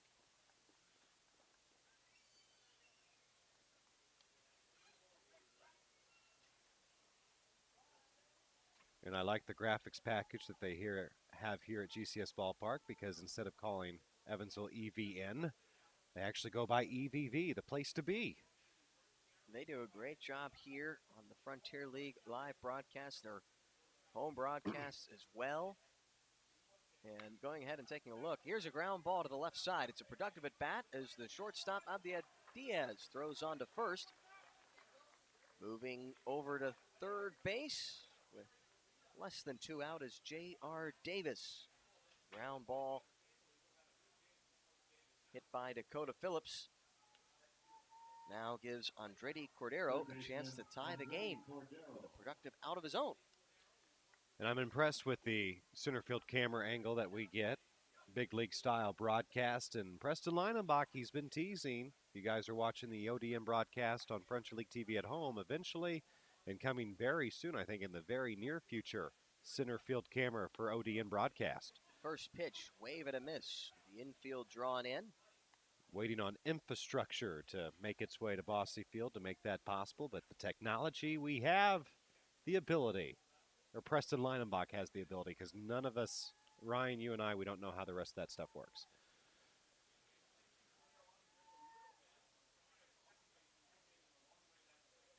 Now the 0-1 to Cordero. Another breaking ball, again, over the top of it. 0-2.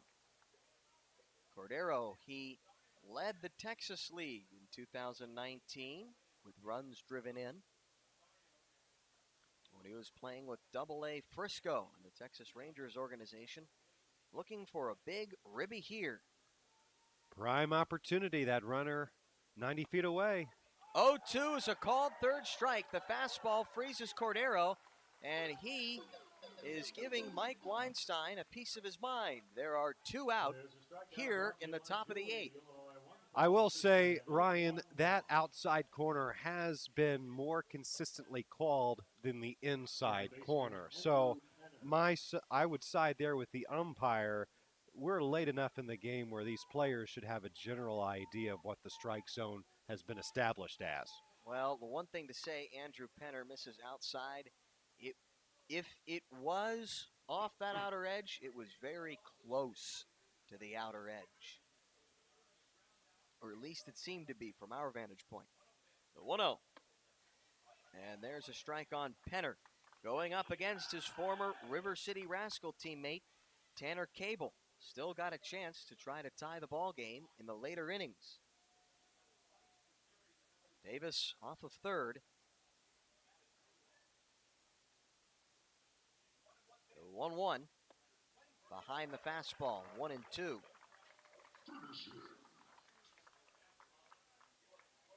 Penner, he's 1 for 2.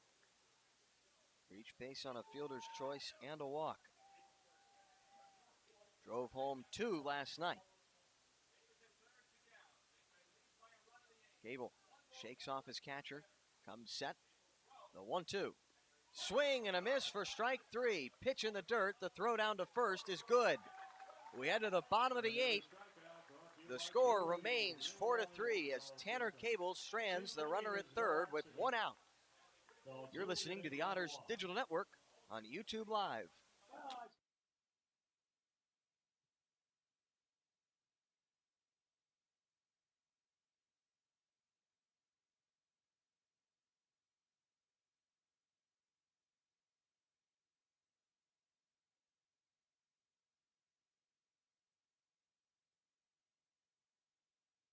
CenterPoint Energy's newest generation of safe, efficient energy includes capturing and harnessing the natural power of pure sunshine.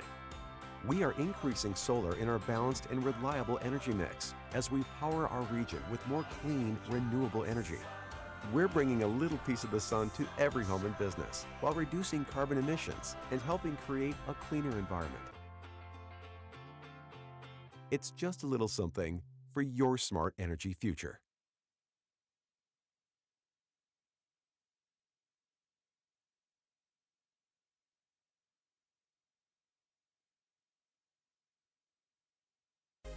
Getting ready and keeping fit for baseball season is hard work. That's why you'll find Evan at Bob's Gym.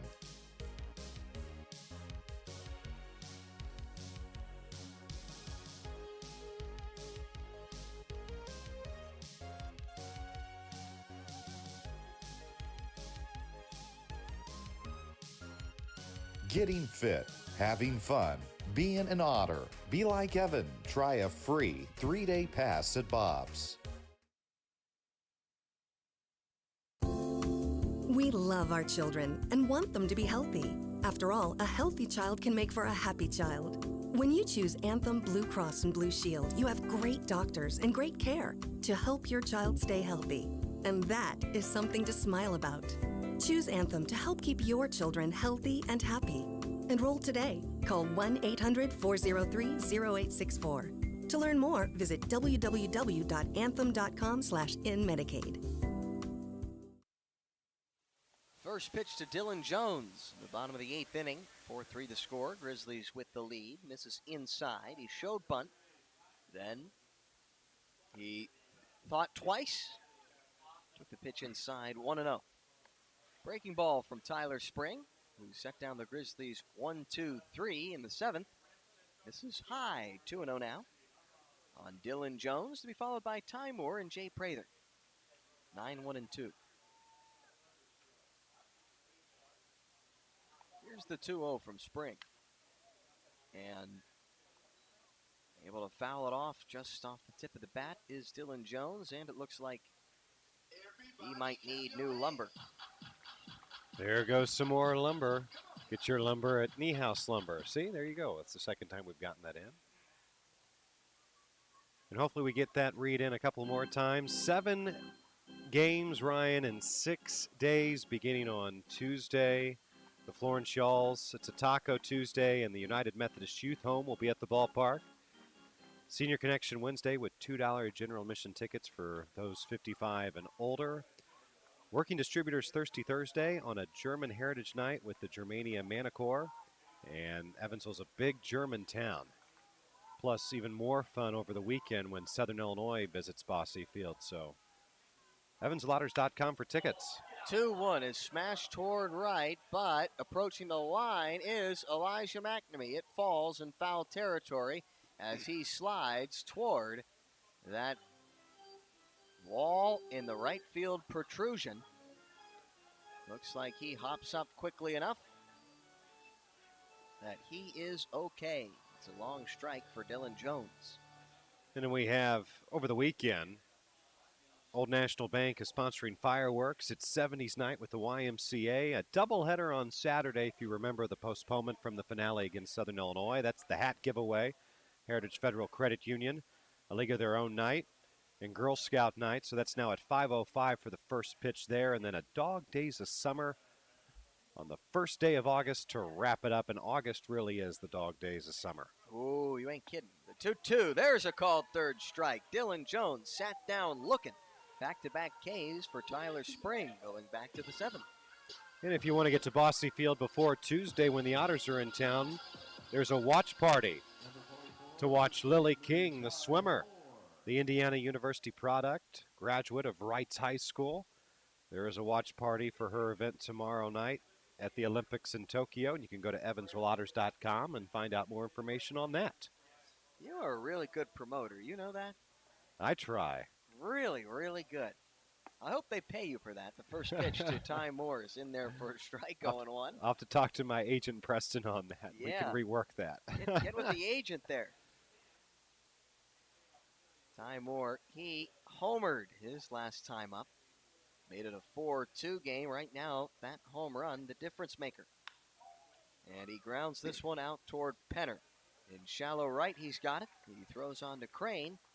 2 are gone. Jay Prather, left-handed hitting, third baseman.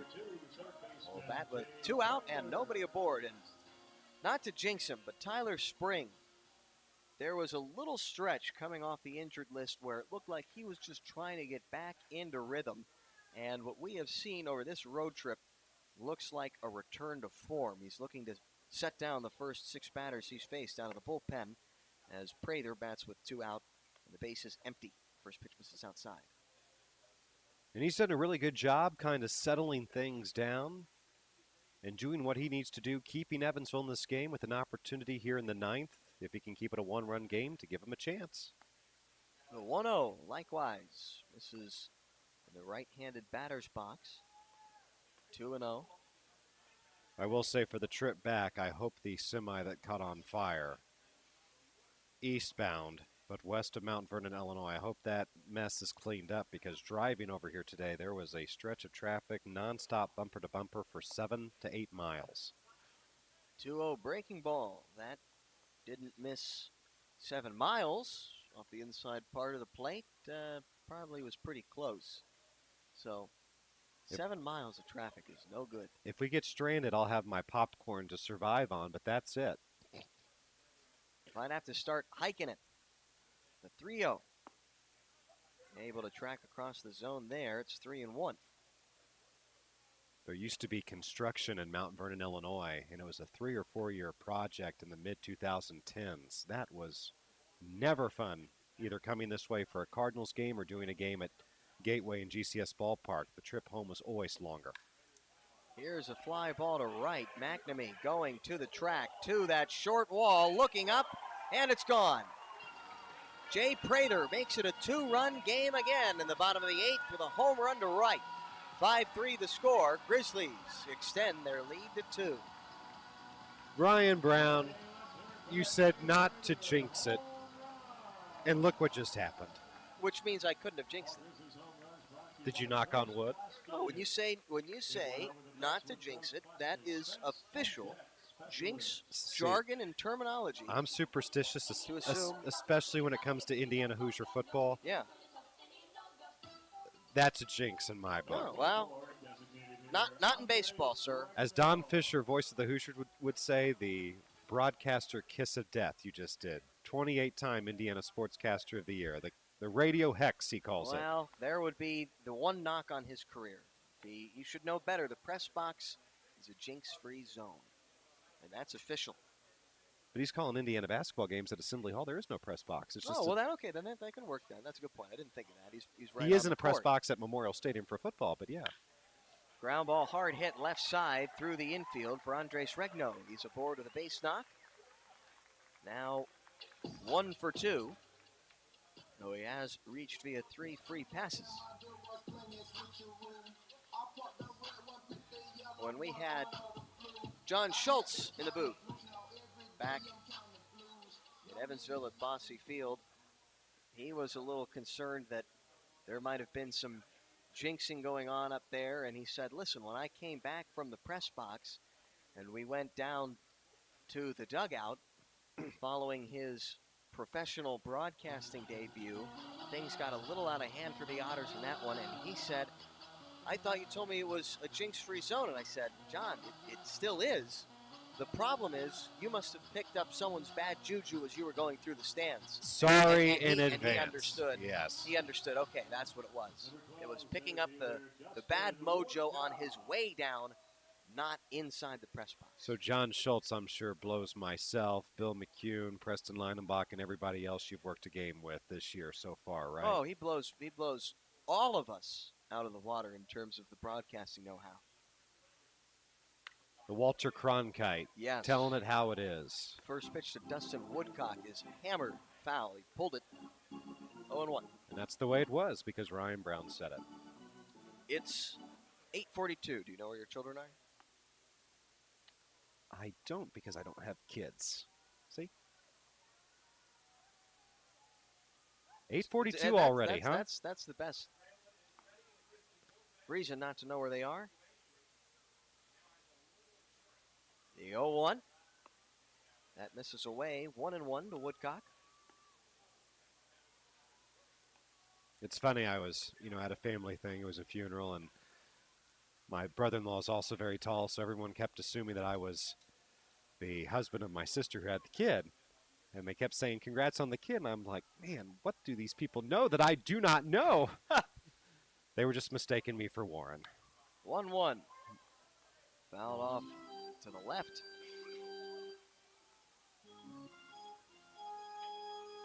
Tyler Spring looking for the exit out of the inning. The Otters will have 3 outs to try to score 2 runs at the top of the ninth, should the score hold.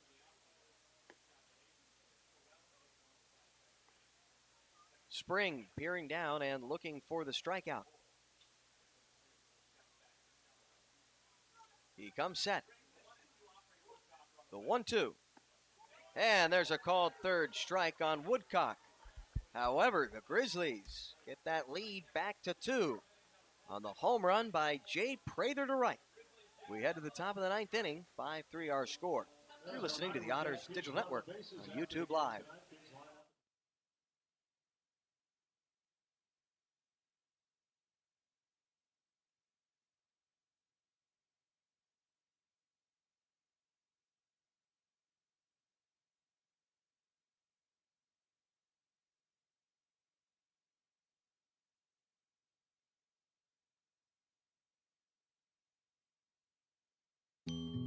Before you danced the first dance.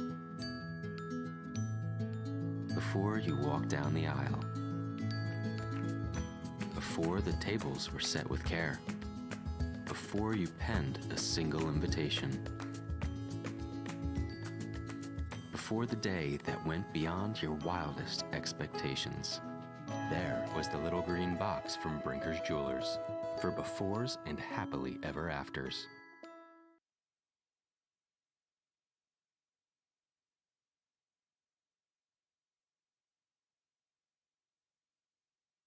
CenterPoint Energy's newest generation of safe, efficient energy includes capturing and harnessing the natural power of pure sunshine.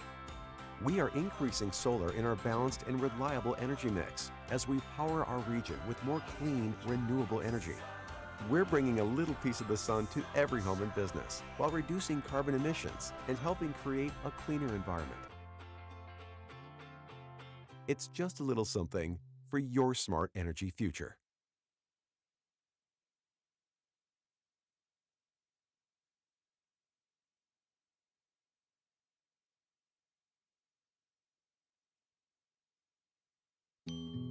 Before you danced the first dance. Before you walked down the aisle. Before the tables were set with care. Before you penned a single invitation. before the day that went beyond your wildest expectations. There was the little green box from Brinker's Jewelers for befores and happily ever afters. Top of the ninth, last chance for the Otters. They're down 2, 5-3 the score, facing the Grizzlies closer, Jeff Bramblett. Right now, Christopher Pujols stands in and takes the ball inside, 1-0. He walked and scored a run, leading off the top of the 7th inning. In his last plate appearance, Otters wouldn't mind repeating that formula against the hard-throwing right-hander Bramblett. The 1-0 misses up to Pujols, who's ahead of the count, 2 balls and no strikes. Bramblett coming in with a 1.39 ERA. He's 1-0. His 13th appearance. He has 7 saves in 13 innings pitched, Ryan. 2-0. Called a strike at the knees on Pujols. Ryan Brown alongside Zane Clodfelter. Otters looking to rally with some 9th inning heroics. They want to take the rubber match of this one.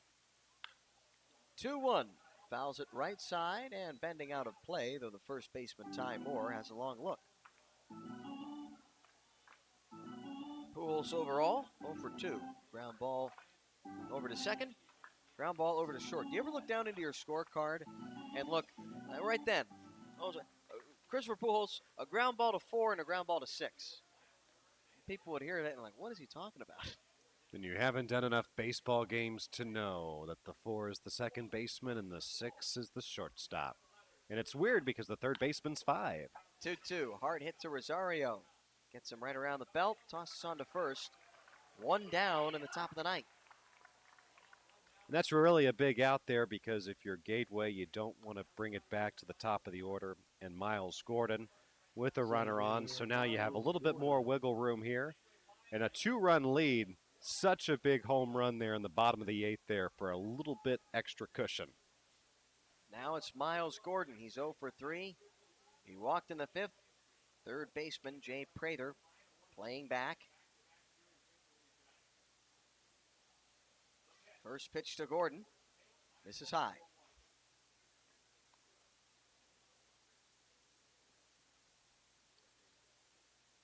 The Otters, they'll be back home Tuesday night.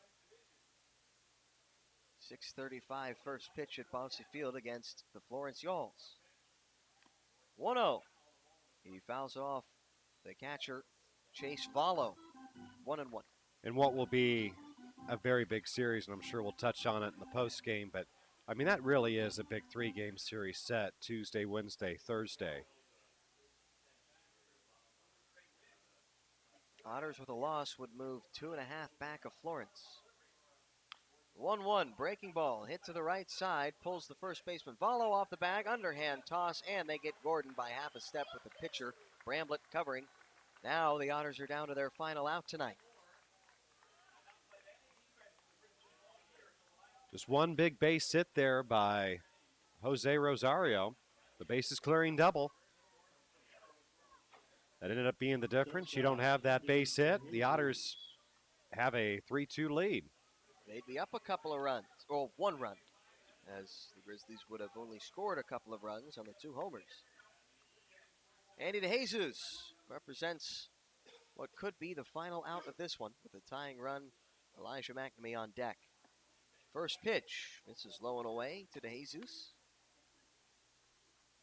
DeJesus lined out to second his last time up.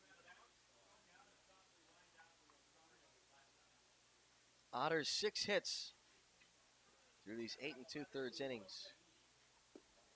The 1-0 pulled off it a bit there on the swing, 1-1.